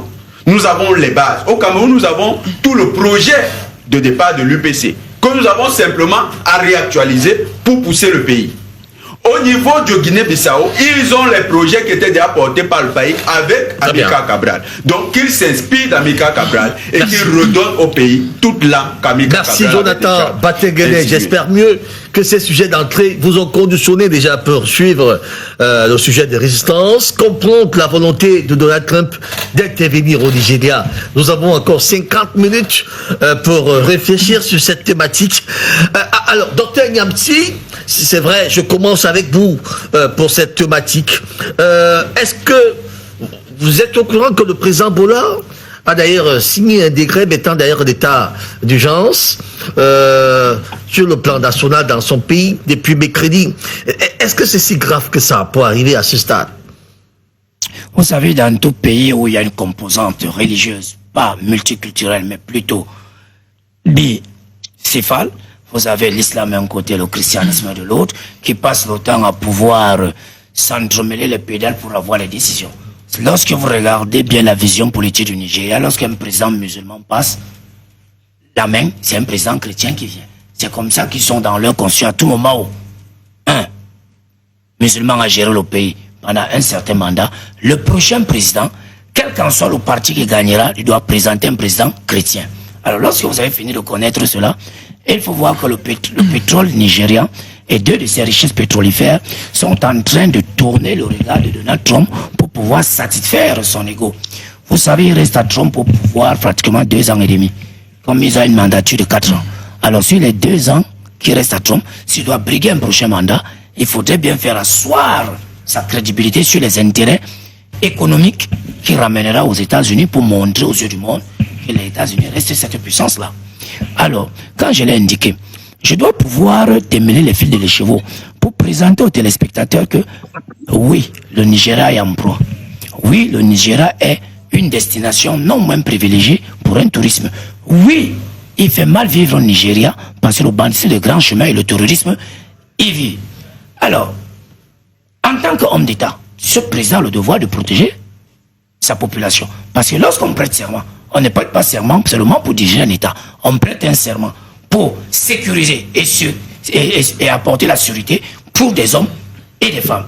On doit donner ce qu'on appelle la nourriture. La nourriture, c'est quoi? C'est avoir ce trépied matin, midi et soir. C'est donner à quoi? Un système de santé, un système scolaire à ses concitoyens. Voilà comment un État devrait se présenter aux yeux du monde. Alors si ce président a sorti ce décret pour pouvoir dire qu'il va faire des recrutements massifs pour sécuriser sa population et avoir l'intégrité de son territoire, ce n'est que salutaire. Alors, ça veut dire que la nomenclature au sommet de l'État qu'on observe aujourd'hui, on a un président musulman, on a un vice-président musulman, peut avoir quelque chose dans ces troubles que nous vivons au Nigeria? C'est l'une des mauvaises nomenclatures qui n'a jamais existé au Nigeria. On ne sait pas comment cela a pu se faire. Qu'on laisse une faille constitutionnelle pour dire que le parti qui a présenté les candidats à l'élection présidentielle aurait pu présenter soit un chrétien, soit un musulman. Déjà que nous sortons d'un président chrétien qui avait un vice-président musulman. C'est la même configuration qu'on devait avoir ces jours-ci, un président musulman, un vice-président chrétien, pour avoir l'équilibre de force et justifier à tout moment les décisions. Mais ce n'est pas ce que nous avons eu. D'où les intérêts américains et les sociétés pétrolifères qui sont au niveau des hautes mers, des frontières maritimes nigériennes, posent un problème. Ça apporte une recrudescence des sectes idéologiques musulmans pour pouvoir prendre le peuple à témoin et dire ce qui ne doit pas être dit dans un pays qui se veut géant de l'Afrique. Très bien. Alors, il est de bon ton. Alors, docteur, monsieur Meligui, le président Donald Trump parle d'un génocide contre les chrétiens. Est-ce qu'il n'exagère pas un peu au regard de la configuration quand même des groupes qui composent le Nigeria et qui très souvent s'y livrent dans des batailles?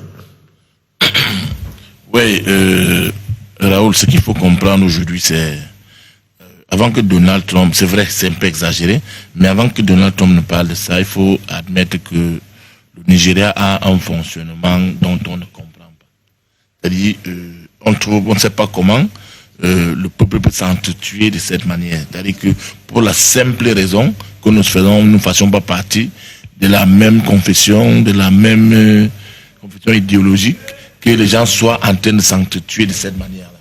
Et ça n'a pas commencé aujourd'hui. C'est-à-dire que si on essaie de faire le décompte des personnes que les Nigérians ont perdues dans le cas des assassinats, des explosions, dans des églises, je crois que nous en serons à des millions de personnes. Mais je ne dis pas que c'est la raison pour laquelle Donald Trump devrait normalement penser venir intervenir au Nigeria. Mais je dis le problème en lui-même est véritablement préoccupant.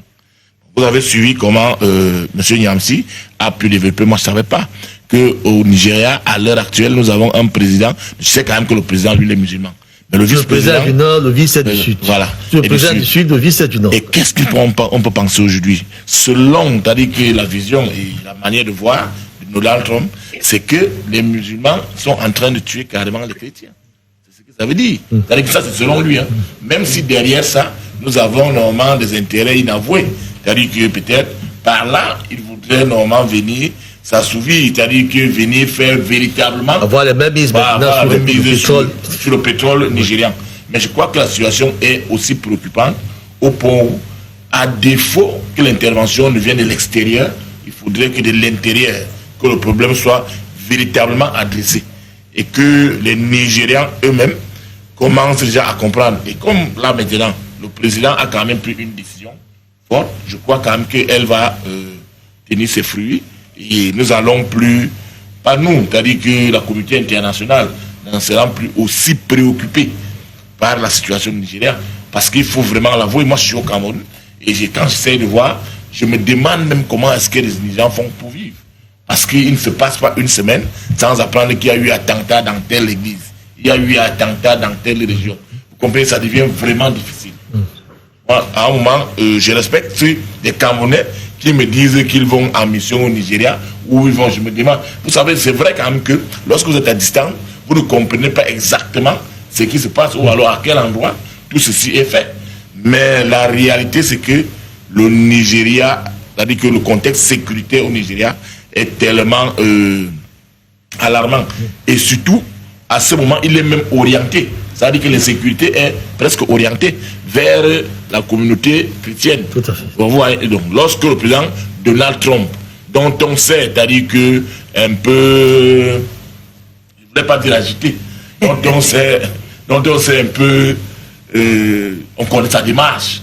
Et puis, même s'il ne fait pas, il a quand même la bouche qui essaie d'aller plus vite que par moment les actions. D'aller plus vite. Voilà.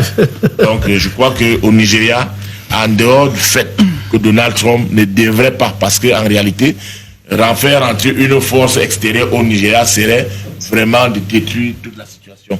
Mais je crois quand même que les Nigérians eux-mêmes, dont en l'occurrence le président de la République et son vice, devraient comprendre que la situation a atteint des cimes et qu'il faut la résoudre de l'intérieur et le plus tôt possible. Docteur Bopa, on a tendance à dire que cette situation est une émanation des bandes armées qui voudraient contrôler le pétrole, ceux qui disputent des terres et bien d'autres. Mais est-ce que de là, on ne peut pas avoir une question géopolitique aussi, ou alors une question géostratégique, soit de la part des Américains, de la part du Nigeria lui-même? Ah, ok. Bon, on peut voir vraiment, on peut voir ça sur tous les aspects, sur tous les angles. Bon, mais avant d'embrayer dans le sujet, j'aimerais rassurer M. Batenguini. Je suis enseignant. Je signe des contrats pour travailler quelque part. Ça ne veut pas dire que j'aime pas mon pays. Dès que le contrat finit, rassurez-vous, je vais rentrer. D'ici peu de temps. Je préfère le dire. J'aime beaucoup mon pays. Donc, c'est la nécessité qui nous envoie. Ou alors, je peux même toujours rentrer avant, s'il y a un coup d'état salvateur. Là que j'ai dit ça. Raoul, on peut lire cette sortie de Trump sur plusieurs aspects.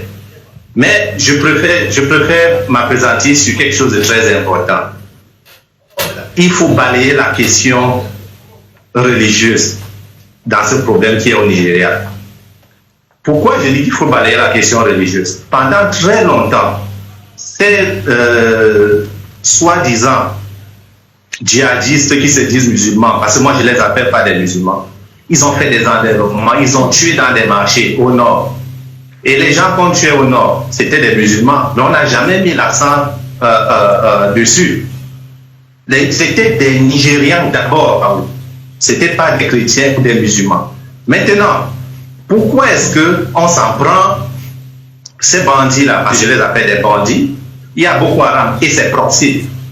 Boko Haram et ses proxys. Les proxys, c'est des gens maintenant qui font du trafic. Donc, ils font des enlèvements pour recevoir de l'argent. Pourquoi maintenant ils vont plus loin? La configuration du Nigeria est un peu spéciale. C'est un peu comme chez nous au Cameroun. Le sud est largement chrétien, avec une partie des musulmans vers le sud-ouest. Non, le sud-ouest. Et une grande majorité de chrétiens dans le sud-est et le sud. Donc, le fait que les attentats, les razzias de ces bandes armées se soient poursuivis pendant des années, ça a provoqué même une famine. Ça a provoqué le tarissement des sources. Et les bandits de Boko Haram, les bandits de Boko Haram descendent, vont un peu plus loin vers le sud, notamment à la rizière. Et les meilleurs clients, entre guillemets, c'est mesquin de le dire, ce sont les internats, les églises. Et le patron de l'église nigérienne a été très malin. Il a mis l'accent sur l'aspect religieux, ce qui a poussé Donald Trump à réagir. Pourquoi Donald Trump réagit? La base électorale de Donald Trump, c'est les MAGA, Make America Great Again. Ils ont un cahier de charge. Défendre les Blancs du monde entier et défendre les chrétiens. Parce que la base MAGA est constituée de gens qui font dans les églises de réveil. Donc il faut défendre les chrétiens, où qu'ils soient. Ce mouvement est même en train de gagner l'Europe, et notamment la France. Quand vous voyez des médias comme CNews et Bolloré, ils défendent cette option. Donald Trump donc, se trouve pratiquement obligé de taper du poing sur la table, entre guillemets. Parce qu'en fait, au Nigeria, c'est quoi c'est les intérêts économiques qui s'y touchent. Donald Trump veut faire d'une pierre plusieurs coups. Non seulement en défendant, soi-disant, les chrétiens qui sont massacrés par les musulmans, alors qu'en fait, ce sont des Nigérians. Il profite également pour espérer mettre totalement et éloigner les rivaux sur le plan économique, notamment exploiter le pétrole du Nigeria. Quelqu'un l'a dit, je ne sais pas si c'est sur votre tableau, l'avenir du monde c'est en Afrique. Il y a beaucoup de matières premières. Le Nigeria est le premier producteur de pétrole. Il faut également voir ça. Mais j'insiste pour dire que la question des enlèvements, des massacres au Nigeria, ce n'est pas une question religieuse. Je balaye cette question religieuse. Je mets plutôt l'accent sur l'aspect socio-économique avec des bandits de Boko Haram qui vivent des rançons. Et les rançons se faisant rares, ces gens-là descendent beaucoup plus vers le sud pour s'accaparer, pour prendre des otages et les vendre. Il faut appeler chacha et les vendre, ils veulent de l'argent. Maintenant, ce qu'on peut trouver comme... ce qui est bien, enfin, si je peux dire ça bien, c'est que Donald Trump a poussé le président nigérien à faire de la question sécuritaire une question centrale de sa gouvernance. Et les résultats sont, je ne sais pas si on l'a suffisamment dit, les derniers otages ont été libérés. L'armée nigérienne est en train d'augmenter son budget par rapport à cette question qui pénalise considérablement la gouvernance du président Ahmed Timon. Donc voilà de façon globale ce qu'on peut dire sur ces différents attentats. Et j'insiste pour vous dire que ce sont des Nigérians qui meurent. Souvenez-vous des 100 filles de Chibok qui avaient été enlevées. C'était des musulmans. Très bien. Moi, je suis musulman. Et en islam, bien, on tue uniquement lorsqu'on est en position de légitime défense. Tuer des innocents, c'est strictement interdit. Voilà pourquoi je n'appelle pas ces gens-là des musulmans. Ce sont des bandits qui portent des casques de musulmans. Donc voilà de façon succincte ce que on peut dire par rapport à cette situation. Alors, Yemele Fomotio, selon les raisons évoquées, parmi lesquelles la pauvreté et les différends sur l'accès aux terres et une économie trop dépendante sur le pétrole, les experts pensent d'ailleurs que ces raisons sont suffisantes pour attiser la violence des groupes armés. C'est d'ailleurs ce que Donald Trump semble ignorer, parce que lui, quand il parle des guerres confessionnelles, c'est ignorer un peu tous ces aspects. Quel est le réel problème que l'historien que vous êtes décèle d'ailleurs de ces troubles au Nigeria? Les troubles du Nigeria vont d'abord dans la raison principale est la distribution des richesses. Le Nigeria est un pays qui dépend grandement de l'exploitation du pétrole, et ce pétrole est conservé par généralement une caste, une bourgeoisie, et les ressources du pétrole ne sont pas partagées de manière équitable, ce qui crée en quelque sorte une certaine division dans la société, avec un groupe de personnes qui sont ultra riches et qui bénéficient des mannes pétrolières, et j'ai la majeure partie de la population qui croupit dans la misère.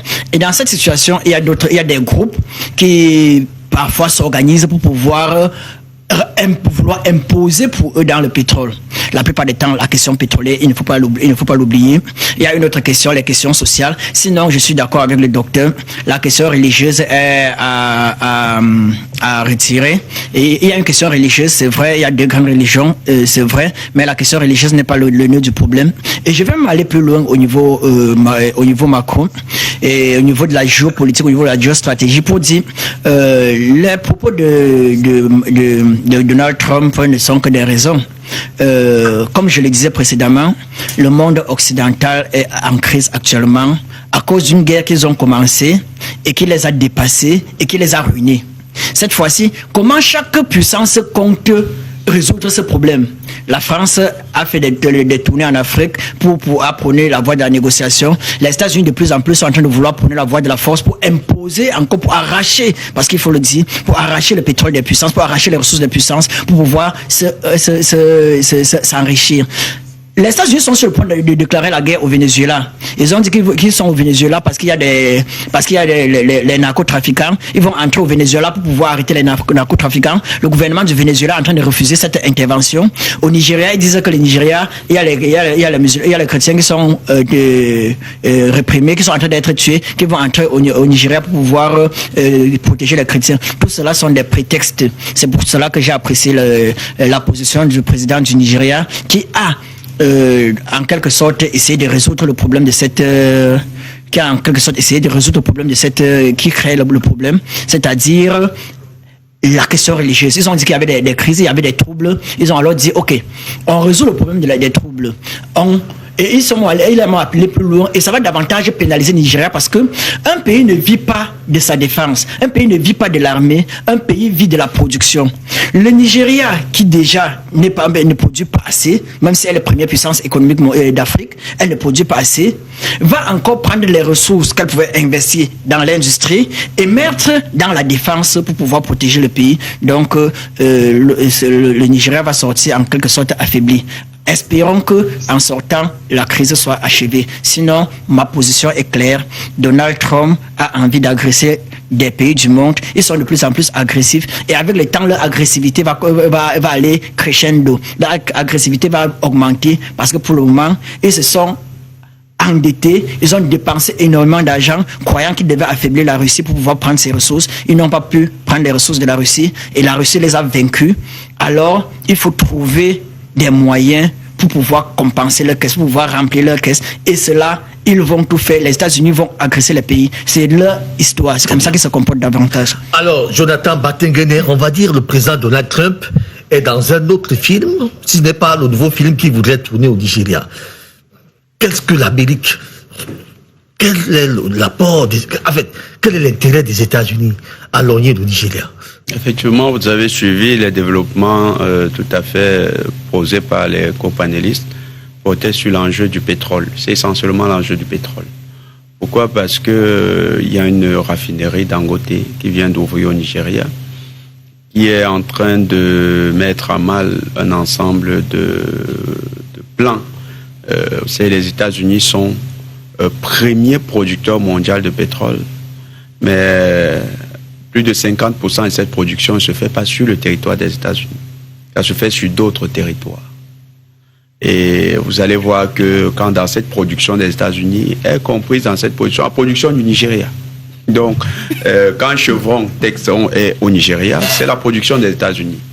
Donc, toutes les possibilités actuelles pour le Nigeria de développer son économie, c'est de créer des champions économiques capables de faire concurrence aux champions occidentaux. Et la montée en puissance de Dangote menace donc l'équilibre qui était actuellement entre les puissantes compagnies multinationales anglo-saxonnes et celles nigérianes. Là, Donald Trump rentre dans les pratiques qu'on a observées depuis la fin du XXe siècle. Les États-Unis, quand ils sont dépassés par un théâtre, par une guerre économique, procèdent à la guerre militaire. Ça s'est fait en Irak 92, ça s'est refait en Irak 2004, 2003, 2004. Ça s'est fait avec l'Afghanistan. Ils ont voulu contrôler l'Afghanistan pour le meilleur contrôle de marché de la drogue, surtout la culture, le pavot. et un contrôle d'un ensemble de ressources stratégiques. Et ça s'est fait également avec la Côte d'Ivoire. Côte d'Ivoire, là, vous avez eu un tandem États-Unis-France pour le contrôle du marché du cacao et le contrôle des réserves pétrolières qui étaient en train d'être découvertes au niveau de la Côte d'Ivoire. Ça s'est fait également en Irak, en Ukraine. Il y avait la volonté de contrôler tout le marché, le marché du fer, parce que l'Ukraine est un gros producteur de fer, avec les villes qui sont dans l'espace russophone de l'Ukraine. Ça s'est fait également au niveau du Cameroun. La guerre que nous essuyons, c'est bien parce que M. Mopa vous a dit que ce n'est pas une guerre religieuse. Hein. Boko Haram, c'est une bande de bandits qui n'a rien à voir avec l'islam. Ils sont dans l'instrumentalisation de la religion musulmane au profit de logiques géopolitiques. Nous avons, des djihadistes. Oui, nous avons pour habitude d'appeler Boko Haram les sous-traitants de l'impérialisme états-unien. Il y a Boko Haram, il y a Al-Qaïda, il y a l'État islamique. Tout ça, c'est des organisations qui sous-traitent Al-Shabaab, la jeunesse, ce qui ne veut rien dire. Ça veut dire juste la jeunesse. C'est comme si un mouvement ça se fait appeler la jeunesse quelque part et vous nous dites que c'est un mouvement terrible. Mais comme c'est en arabe, on nous fait croire que c'est un mouvement autonome. Donc, on nous dit que la jeunesse, donc c'est comme si la jeunesse somalienne tout entière se reconnaissait dans le terrorisme international. Non. Vous avez les ressources également pétrolières qu'on avait en Somalie. Les États-Unis ont quand même déployé 48 000 hommes sur le territoire de la Somalie. C'est extraordinaire. En fait, l'enjeu des ressources énergétiques a fait que l'Afrique est le deuxième théâtre d'opération militaire des États-Unis. Le deuxième, derrière le Moyen-Orient. C'est-à-dire que lorsque vous regardez tout ce qui se fait au Moyen-Orient, le deuxième territoire sur lequel les États-Unis déploient le plus de forces militaires, c'est en Afrique. C'est l'Afrique. Et dans toutes les zones où les États-Unis ont déclenché des guerres asymétriques, je dis bien déclenché des guerres asymétriques, les États-Unis ont la prétention avec leurs alliés de vouloir y ramener de la sérénité, donc de la paix. C'est ce qui se passe avec le Nigeria. Les mouvements Boko Haram, c'est une création de la CIA américaine avec la DGSE française. C'est eux qui ont fabriqué le Boko Haram. Et le Boko Haram a longtemps opéré avec des devises qui n'étaient pas les monnaies locales. Vous avez des éléments du Boko Haram que l'armée camerounaise a interpellé, qui avaient sur eux 11 000 euros. Dites-moi, l'euro là, ça se fabrique où? Dans quelle banque africaine? Comment ils font pour rapatrier autant de devises sur un territoire africain? Comment ils font pour échapper au contrôle de tous les agents d'investigation financière? Comment ils font? On a trouvé les Boko Haram avec les dollars. Comment ils ont fait pour avoir autant de dollars? Vous direz que peut-être le Nigeria c'est un pays pour eux. Mais la réalité est que derrière les États-Unis ont toujours soutenu ces mouvements terroristes. Pourquoi? Parce qu'au sorti des années 80, la stratégie états-unienne c'était de reconquérir tous les pôles énergétiques du monde et de contrôler l'ensemble des pôles où on pouvait extraire les ressources naturelles pour avoir l'assurance que leur puissance militaire soit suffisamment alimentée, ne soit pas en rupture et ne soit pas dépassée technologiquement. Je vais vous rappeler un élément. D'après un rapport qui a été déposé à Clinton en 1996, un rapport de la CIA, la Central Intelligence Agency, l'agence de renseignement états-unienne, les États-Unis dépendaient à plus de 50% des marchés qui n'étaient pas sous leur contrôle en matière de pétrole. C'est-à-dire quoi? La production qui permettait à l'armée états-unienne de se projeter à l'international, parce que c'est l'armée qui a quand même pratiquement 8 flottes, 8 armées. L'armée des États-Unis, 8 armées. Quand on dit armée, c'est pas comme nous ici on va dire région militaire, hein, non. Une armée complète avec un commandement spécifique. Et le chef d'état-major aux États-Unis, c'est le président de du comité des chefs d'état-major. Ça veut dire que chaque armée a son chef d'état-major. Il y a le chef d'état-major de l'armée du Pacifique. Il y a le chef d'état-major de l'armée centrale, il y a le chef d'état-major du commandement de l'Europe, il y a un chef d'état-major même pour le commandement de l'Afrique. Alors, ce rapport de la CIA disait quoi? Qu'il faut reprendre le contrôle des zones d'extraction. C'est ce qui avait guidé la philosophie dans la réorientation d'Al-Qaïda au niveau du Moyen-Orient pour justifier ce qu'ils ont travaillé au niveau des Nations Unies dans ce qu'ils appellent l'intervention humanitaire et la guerre préventive. Donc, les États-Unis ont une doctrine de guerre qui va au service de leur recherche d'intérêts, surtout les intérêts énergétiques. Et ils veulent l'activer sur le Nigeria parce qu'au Nigeria, il y a une nouvelle raffinerie qui leur fait concurrence. Voilà la réalité. Il n'y a pas une question de protéger les musulmans, les chrétiens, tout ça, c'est des conneries. Les chrétiens, les musulmans, ils ne le font pas. La preuve, si vous voulez voir qu'ils ne font pas dans ça. La Syrie, Al-Jolani, qui est aujourd'hui président de Syrie, il a été soutenu par les États-Unis. Il a été soutenu par Israël. Mais ce monsieur, c'est un monsieur qui massacre les minorités chrétiennes qui sont en Syrie. Je tiens à rappeler que les plus vieilles communautés chrétiennes dans le monde, vous avez la plus vieille communauté chrétienne, c'est celle d'Éthiopie, le christianisme éthiopien. La deuxième plus vieille, c'est le christianisme syrien, qui lui a encore des ramifications jusqu'en Iran. Et vous avez la troisième communauté, le christianisme copte. Les autres christianismes de pacotille qu'on nous vend en Afrique, c'est du christianisme colonial qui a été fabriqué ici au niveau du 3e siècle après Jésus-Christ par quelques illuminés d'Europe. Donc, pour revenir, les pays où les chrétiens sont massacrés, Donald Trump est ami avec leur président. Et il est ami avec le président qui massacre ces chrétiens. Al-Jolani a été reçu il y a quelques jours par le président états-unien. Il était à Washington. Pourquoi, comme Donald Trump se soucie tant des chrétiens, il n'a pas posé la question des minorités chrétiennes à Al-Jolani? Plutôt, il a légitimé Al-Jolani dans le monde. Quelqu'un qui était dans la liste des personnes les plus recherchées par la CIA il y a quelques années encore. Donc vous voyez que c'est un faux prétexte. Derrière, il y a une logique géopolitique. Et c'est pourquoi nous encourageons les Africains à raisonner maintenant dans les enjeux géopolitiques. Nous avons longtemps essayé de raisonner dans les enjeux endogènes, qui n'expliquent pas totalement un problème. C'est un problème de répartition des richesses au Nigeria. Je suis allé au Nigeria. J'ai vu comment les Nigériens vivent.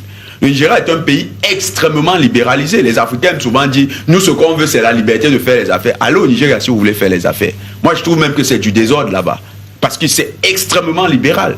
L'enrichissement au Nigeria est aussi très facile. Très bien. Il faut le dire. Non, parce que quand on prête très facilement des arguments du genre l'inégale répartition des richesses, je tiens à rappeler qu'au Nigeria, c'est vrai, il y a l'inégale répartition des richesses, mais aussi c'est un pays où les chances de réussite d'un individu sont maximales.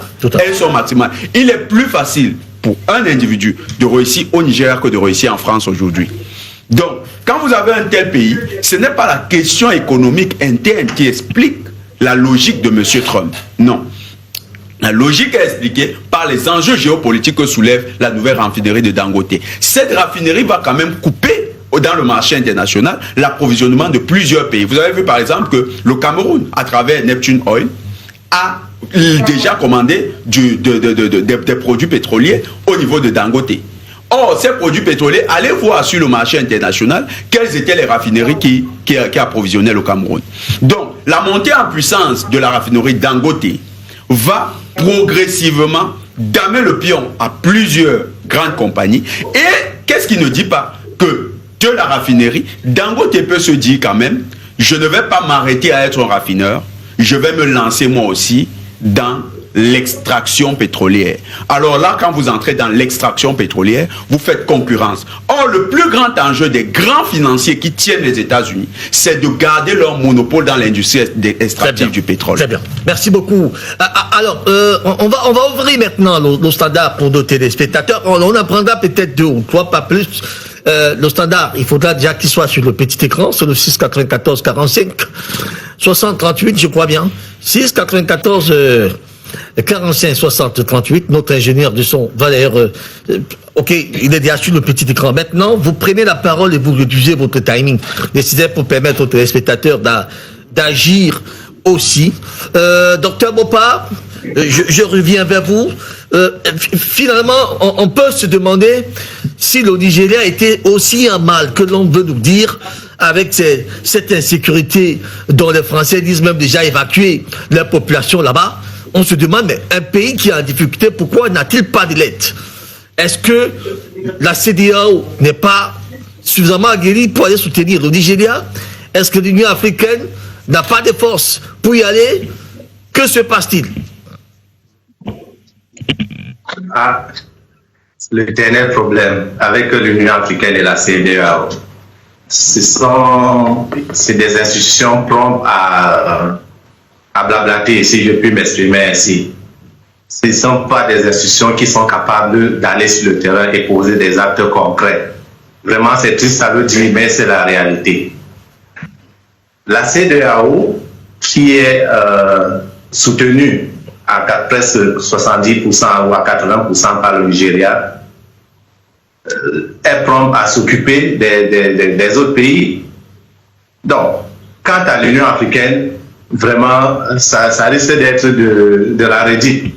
L'Union africaine a pourtant une commission de sécurité, mais que fait l'Union africaine? Vraiment, l'Union africaine n'a vraiment pas de pouvoir. D'abord que son financement est sujet à questionnement. Le financement de l'Union africaine est fait par les puissances étrangères. Donc, l'Union africaine a vraiment du mal à s'imposer. Moi, j'aimerais revenir, par contre, sur la question des enjeux, des luttes des différents pays pour le contrôle de l'économie de toute cette région, pas seulement du Nigeria, ça va un peu loin. Bientôt, on va parler du Niger. L'Afrique, quelqu'un l'a dit, l'Afrique, c'est l'avenir du monde du 21e siècle. Les enjeux économiques se trouvent en Afrique. Et les pays occidentaux sont en souffrance. Il leur faut des marchés, et notamment le contrôle du pétrole. La Chine est là. L'Union européenne, à travers Macron, on l'a dit tout à l'heure, Macron était en Angola, il n'a pas que parlé de l'Angola. Macron maintenant se présente comme le président de l'Union européenne. Tous les secteurs où il y a le pétrole, tous les secteurs où il y a les matières premières, les Européens vont se présenter. Il y a ce combat-là, il y a cette bagarre-là entre ces grandes puissances. Et malheureusement, une fois encore, l'Afrique est le parent pauvre. Voilà pourquoi j'insistais. Il faut qu'on ait des dirigeants vraiment qui défendent nos intérêts. Les puissances occidentales sont prêtes à tout. Je dis bien à tout, quitte à évoquer les questions religieuses pour pouvoir s'emparer de nos richesses. Alors, voilà de façon succincte ce que je pouvais dire par rapport à tout cela. Très bien. Est-ce qu'on a déjà un appelant qui est... Ok. Docteur Yapsi, est-ce que M. Tinubu, Bola Tinubu Ahmed, peut-il trouver la solution à une situation pareille? A-t-il besoin des lettres? On imagine que s'il ne demande pas des lettres, ça veut dire que le Nigeria peut gérer cette situation. Le Nigeria a toujours su gérer toutes les situations de crise, n'en demeure à ce que les gens peuvent apporter comme interprétation. C'est un État souverain, c'est un État malgré bon vent, mauvais vent, arrive toujours à dissiper dans l'espace et le temps sa position économique, sociale et politique. Voyez-vous, un Boko Haram vit au Nigeria depuis 17 ans. Voyez-vous, cette secte islamiste n'a jamais entaché la possession nigériane à encadrer bien mieux ses institutions. C'est comme ça tous les grands pays du monde. Tous les grands pays du monde ont toujours des petits canulars qui essayent de faire du n'importe quoi, mais l'État reste souverain. La crise Casamance, la crise du Nord-Ouest, la crise de XYZ, la crise palestinienne. Est-ce que ça a bougé l'État israélien? C'est que tous les grands pays, la crise basque, la crise corse, c'est dans des États que nous connaissons tous. Mais lorsqu'un président investi de son pouvoir régalien, décide de maintenir l'ordre dans son État, malgré tous les soubresauts, ça veut dire qu'il a maîtrisé la situation. Le Nigeria aujourd'hui est en face au pouvoir, montre aux yeux du monde que malgré tout ce qui a été dit dans les grands journaux internationaux et dans les grandes chaînes de télévision, c'est une destination qui est en ambiguïté. Plus vous faites de l'actualité dans mon pays, plus vous faites à ce que les investisseurs n'arrivent pas. Alors, il est de bon ton qu'il montre aux yeux du monde que je recrute, je pacifie, je sécurise pour vous dire de revenir investir. Je pense que c'est une méthode en sciences politiques qui passe de prévenir vaut mieux que guérir. Il prévient dans son espace économique, son espace politique, en recrutant ces milliers de Nigérians pour sécuriser sa population et sécuriser son plan économique. Car un pays dans le chaos est un pays qui n'est pas bien vu sur le concert des nations. C'est comme ça que je pourrais l'analyser de façon parallèle pour démontrer et ouvrir les nouvelles brèches de lecture pour que tout un chacun puisse être à l'aise à voir que dans un développement intrinsèque, on peut avoir plusieurs grilles de lecture, mais à une condition que les groupes de lecture se rejoignent de façon perpétuelle. perpendiculaires et aboutissent à un point. Le point, c'est que le Nigeria est un géant d'Afrique. Le Nigeria peut être une destination sûre à une seule condition, que la République se prenne en main et que les forces de l'ordre pacifient les guerres dans ce pays. Et vous allez avoir ce géant d'Afrique rester toujours rayonnant. Alors, on parle d'une armée pas du tout professionnelle, d'une police approximative. Le président Tinubu annonce d'ailleurs le recrutement de 20 000 policiers et je crois 10 à 15 000 soldats pour renforcer la sécurité dans son pays. Il est conscient que des problèmes de sécurité doivent être résolus. Mais est-ce que le Nigeria, lui seul, peut gérer une crise comme celle-ci, où on dit d'ailleurs d'infiltration de plusieurs bandes armées qui côtoient même d'ailleurs des frontières, comme les frontières camerounaises par exemple? Ouais, ben justement, si le Nigeria n'a pas encore demandé à ses pairs de lui venir en aide, ça suppose que le Nigérian peut déjà... Et la réalité, c'est que le tout n'est pas d'ouvrir, de demander de l'aide, c'est d'ouvrir ses frontières. On ne sait pas qu'est-ce qui va entrer.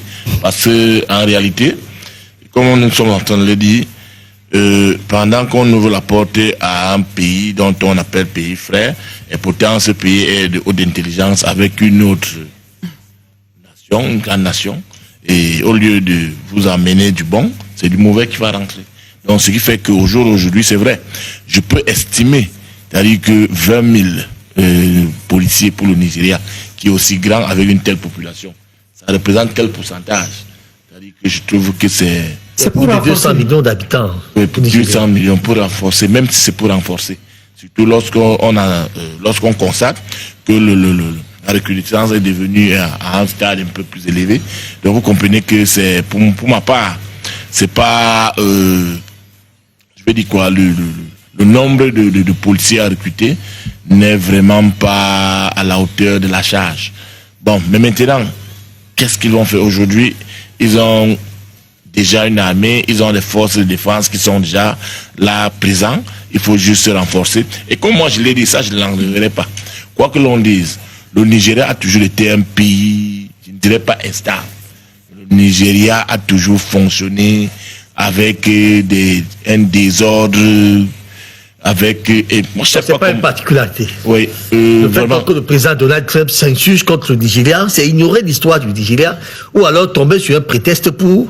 Oui, moi je suis d'accord avec vous, puisqu'il n'y a pas que le Nigeria, nous avons le Brésil qui est aussi pareil. C'est-à-dire que bon, il n'est pas allé au Brésil pour aller résoudre ce type de problème. Donc je peux être d'accord avec vous que pourquoi absolument le Nigeria?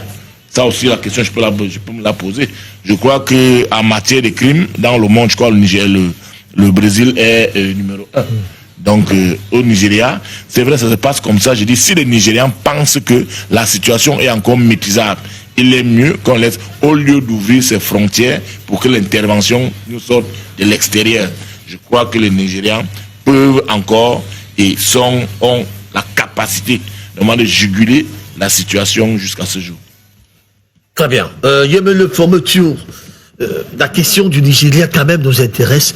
Ce pays peut-il résoudre ses problèmes sécuritaires d'une façon définitive? Bien sûr, le Nigeria peut résoudre ses problèmes. Et il faut préciser sur le recrutement du Nigeria que le chiffre qu'on est en train d'avancer, c'est le chiffre du gouvernement fédéral. Et le gouvernement fédéral a encouragé les États fédérés à faire des recrutements. Et le gouvernement central a dit le gouvernement fédéral va soutenir financièrement les recrutements faits par des États fédérés. Pour comprendre le Nigeria, il faut aussi comprendre que le Nigeria est un État fédéral. Donc le Nigeria est un État fédéral avec un État central qui ne veut pas trop peser sur les États fédérés. Le gouvernement central en quelque sorte, laisse les États fédérés résoudre certains problèmes. C'est pour ça que les crises perdurent. Parce qu'une crise peut être dans un État et le gouvernement central n'a pas envie de déployer l'armée fédérale pour aller résoudre. Le gouvernement central laisse d'abord l'armée fédérée résoudre le problème. Et c'est pour cela que parfois les problèmes perdus. Et cette fois-ci, le gouvernement a été clair. Le gouvernement va déployer l'armée fédérale pour pouvoir résoudre le problème. Et le gouvernement allait plus loin. Et le gouvernement allait plus loin pour dire, sur les questions de sécurité, pour dire, même les personnels qui avaient qui étaient protégés, même les grands cadres de l'administration qui étaient protégés, on va leur retirer leur protection pour mettre au service de la défense nationale. Donc les policiers qui doivent être recyclés d'abord. On va d'abord les recycler. Exactement. Avant d'être mis au service de la défense nationale. Donc, bien sûr, le Nigeria peut peut résoudre ce problème. Et le Nigeria va résoudre ce problème. Et si le Nigeria a besoin d'aide, si des États veulent aider le Nigeria, qu'ils envoient des armes, qu'ils envoient des finances au Nigeria pour pouvoir prendre le contrôle et protéger sa sécurité. Mais entrer au Nigeria, combattre l'ennemi au Nigeria, combattre les Nigériens au Nigeria, c'est de l'agression. Et le Nigeria sortira perdant, grandement perdant de cet affront. Et cet affront, il faut le dire, il ne faut jamais perdre de vue, cet affront est une guerre néocoloniale qui s'apprête. Le Nigeria ne peut pas tolérer cela. Et le Nigeria n'est qu'un cas, d'autres cas vont revenir. Les États-Unis vont devenir de plus en plus agressifs. Ils vont devenir agressifs. Ils n'ont pas les moyens, leurs caisses sont vides, ils vont devenir agressifs. Ils ont besoin de moyens. Ils ne peuvent plus supporter, ils ne parviennent plus à supporter la concurrence. Ils sont militairement, ils ont testé la force militaire russe. Ils se sont rendus compte que la Russie n'est pas prenable comme ils le pensaient. Économiquement, la Chine les a déjà dévancés. Là, il n'y a pas que la Chine. Il y a également les BRICS, le groupe des BRICS, il est 5 têtes. Il y a le groupe des BRICS, il y a les dragons d'Asie. Donc actuellement, si le bloc occidental est un bloc qui est assez perturbé, assez rivalisé. Et maintenant, leur seule manière de pouvoir garder le monopole, il y a une chose au monde, c'est que celui qui contrôle le pétrole contrôle ses rivaux. C'est clair. Si les États-Unis contrôlent tous les puits de pétrole au monde, la Chine, les machines chinoises ne peuvent pas tourner seules. Pour que les machines chinoises tournent, il va falloir l'énergie pour les faire tourner. Et si cette énergie doit aller chercher chez les États-Unis, qui contrôlent déjà ces énergies, alors leur économie sera obligée d'être limitée. C'est pour ça qu'au monde actuellement, il y a une lutte acharnée pour qui va contrôler les ressources énergétiques du monde. Qui va contrôler le gaz? Qui va contrôler le pétrole? Qui va contrôler l'uranium? Là est la question centrale au monde. Et la guerre ne fait que commencer. Nous sommes à l'aube d'une guerre rude. Et l'Afrique doit se réveiller le plus tôt possible. Et cette guerre, la principale victime sera l'Afrique. Parce que dans tous les pays du monde, les autres ont au moins avancé. Seule l'Afrique traîne encore le pas, militairement, économiquement, stratégiquement. Il n'y a que nous. Donc nous devons nous réveiller le plus tôt possible. C'est une question de survie. Sinon, demain... C'est tapé-là. Il est encore là, il est parti? Il est parti ou bien il est encore là? Ok, bien, il est parti. Malheureusement, on a beaucoup attendu qu'il est parti. Jonathan Batengene, au-delà des questions géostratégiques et géopoliticiens, des géopolitiques que vous avez évoquées tout à l'heure, il y a quand même que le Nigeria se porte mal. Donc, il y a une question de sécurité qui faut résoudre. Est-ce que ce pays a la capacité de sursoir aux assauts des pirates, aux assauts des bandes d'armées qui détruisent et qui volent constamment leurs richesses? Ça aussi, c'est un enjeu majeur. Vous savez, le Nigeria a été déconstruit sur le plan culturel à partir de la consécration de ce qu'on appelle l'argent roi. Un tour passé au Nigeria, vous allez constater les ravages que l'argent roi est en train de commettre dans ce pays. Le Nigérian peut vendre même sa mère pour de l'argent. Moi, j'ai vu des quartiers à Lagos où la police nigériane sait que c'est là-bas, quand on parle de kidnapping, c'est dans ce quartier-là qu'on garde les victimes. Et la police vous dit carrément qu'au lieu de procéder par la force, eux n'ont pas les moyens, parce qu'on peut même vous exécuter pendant qu'ils sont en train de lancer une opération de force. Donc c'est l'armée nationale qui est parfois sollicitée pour aller mener des interventions. C'est au Nigeria que j'ai vu ça. Je n'ai pas vu ça dans beaucoup de pays africains. Au Nigeria, j'ai aussi vu des quartiers, on dit que ça c'est des quartiers, des rues réservées aux sectes. Aux sectes. Ce que je dis là, j'étais scandalisé. On vous dit cette rue c'est les sectes, ici c'est la secte telle, là-bas c'est la secte telle, connue. Et quand on dit secte, des sectes pernicieuses, avec tout ce que vous voyez dans leurs films, responsables de la mort des gens. Nous avons causé avec des gens qui nous ont expliqué les Bakassi Freedom Fighters, des enseignants d'université. Là, alors, c'était, je peux dire, le sommet de l'information que nous avons pu recueillir.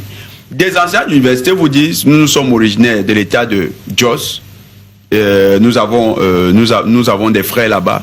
Quand ils sont en situation de galère, eh bien, ils s'organisent, ils louent les armes. Chez qui? Chez certains éléments des forces de l'ordre. Ils louent les armes et ils vont faire le kidnapping en haute mer, sur les plateformes. Je vous dis, au Nigeria, ça parle comme nous parlons là. Pire. À Kaduna, nous avons causé avec des Nigérians, Kaduna, Kano, Yola, qui nous expliquent que Boko Haram, c'est vous qui avez dans vos têtes que Boko Haram, c'est une organisation, ils ont peut-être des salles de briefing, comme on voit dans les films américains là. Non, ça c'est Hollywood. Et Boko Haram, il y a des gars du quartier qui sont dans Boko Haram. On les connaît. Au Nigeria, on connaît. À Yola, on connaît qui est dans Boko Haram. À Kaduna, on connaît qui est dans Boko Haram. À Zamfara, à Maïdougouri. Quand vous arrivez là-bas, Boko Haram cesse d'être le mystère qu'on vous vend. Maintenant, regardez les conséquences. Les conséquences, c'est qu'au nom de l'argent, les Nigérians sont prêts à mettre leur pays à feu à sang. Le Boko Haram, comme le Bakassi Freedom Fighters, ont créé de l'insécurité au Nigeria. Je vous ai parlé des quartiers où les kidnappings à Lagos se font. Quand on parle de kidnapping, on a kidnappé quelqu'un qui a on peut dire un sénateur au Nigeria, on l'a kidnappé. Ça a fait l'actualité au Nigeria. La presse en parlait. Il y avait même des journalistes qui justifiaient le kidnapping. Un peu comme on voit souvent au Cameroun, quelqu'un va vous dire que non, si quelqu'un est terroriste, c'est parce qu'il y a la malgouvernance. Des gens venaient justifier le kidnapping sur la presse. Au Nigeria, ça se passe. Les gars justifient. Oui, justifient. Bon, eux, dans leur narrative, c'est qu'ils expliquent les raisons, mais ça, c'est justifié. Vous ne pouvez pas faire un attentat en plein Paris, et puis un journaliste se permet d'expliquer que... Voilà. On doit cautionner l'attentat. On condamne de manière unanime. On condamne. Donc, je reviens maintenant sur un élément. Quand vous avez un pays qui est autant gangréné par le règne de l'argent, à quoi est-ce que vous voulez vous attendre? C'est par là que tout commence. Lui-même, Bola Tinubu, le président, il était trafiquant de drogue. Il était en prison pour trafic de drogue. Il est issu des milieux criminels. Comment un tel individu peut arriver à devenir président de la République? Les dynamiques au Nigeria sont... moi, je dis toujours, le Nigeria, c'est le pays le plus désordonné. Et je considère le Nigeria comme une plateforme de désorientation des Africains. C'est pourquoi on parle d'eux comme la première puissance économique. Je suis allé en Algérie, je suis allé au Nigeria, je vous garantis que l'Algérie, c'est 1000 fois plus moral que le Nigeria. Mais le Nigeria est toujours vanté comme étant le pays qui va devenir un exemple, qui va devenir la puissance. En fait, ce qu'on veut, c'est que nous devenions comme les Nigériens. Au Nigeria, les gens se sont vendus à l'argent. Il y a eu une chute de la morale au Nigeria. Maintenant, est-ce que le recrutement des militaires, des policiers, moi je doute de la police nigériane. Je vous prends encore un autre exemple pour vous montrer que j'en doute. L'armée camerounaise va secourir une brigade carrément de l'armée nigériane, 700 hommes qui entrent au Cameroun dans des camions et sur des chars. Parce qu'ils disent qu'ils fuient le Boko Haram. Quand on met les investigations, on se retrouve avec une information dans laquelle les militaires en question occupaient une base de chars à chenilles. Je ne sais pas si vous-même vous comprenez ce que ça signifie. Et ils expliquent que des Boko Haram sont venus avec les lance-roquettes, des mitrailleurs, et eux qui avaient des chars à chenilles, ils ont fui. Ils sont entrés dans des camions, quelques chars, et ils se sont sauvés. Conséquent, Boko Haram s'est retrouvé avec 30 chars à chenilles à cause de cette action. En fait, la réalité est que des militaires nigérians font du business avec les criminels. Parce qu'abandonner des chars, c'est carrément leur donner du matériel pour le combat. Effectivement. Et les chars à chenilles, s'ils n'avaient pas été détruits par l'armée camerounaise, le Boko Haram aurait effectivement fait très mal dans la sous-région. C'est pourquoi je tire un grand coup de chapeau à tous les stratèges de l'armée camerounaise qui ont réalisé le travail le plus épique qu'une armée réalisée sur le territoire africain par une armée africaine au XXIe siècle. C'est pour moi l'armée la plus professionnelle d'Afrique. Très bien. Et l'une des plus professionnelles du monde. Bravo à tous nos stratèges militaires qui ont réussi ça. En fait, le niveau de corruption dans l'armée nigériane m'amène à douter. À la tête de l'armée nigériane, vous avez des affairistes. Vous avez des gens qui ont perdu tout sens de patriotisme. Et au Nigeria, je tiens à vous rappeler, au Nigeria, il n'y a même pas des bribes de patriotisme comme on voit actuellement au Cameroun, le panafricanisme est en train de monter. Il n'y en a plus. Le Nigeria a été déconstruit. Partout où vous allez au Nigeria, dans les cercles élitistes, on vous parle davantage de la fierté d'être franc-maçon. Comment dans un pays qui est contrôlé par les francs-maçons, où l'argent est roi, nous avons malheureusement vous pouvez pris lutter contre les le temps terroristes. qui nous est imparti ce matin, Jonathan Batengene, merci beaucoup. Docteur Nyamsi Poudi, en politique universitaire, Yemele Fomotio, en politique, président de l'IMARA, historien, Jonathan Batengene, analyste politique panafricaniste, leader de Shine Cameroun, Désiré Belingui, en politique, observateur de la scène internationale, puis, depuis l'Arabie Saoudite, notre ami Docteur Karim Aboubakar Mopa, universitaire, géopoliticien, madame, monsieur. Ayoub David était encore là ce matin pour nous réaliser cette émission. Retrouvez ce programme en rediffusion samedi à 22h et nous serons là vendredi prochain, s'il plaît à Dieu. D'ici là, portez-vous bien et à très bientôt.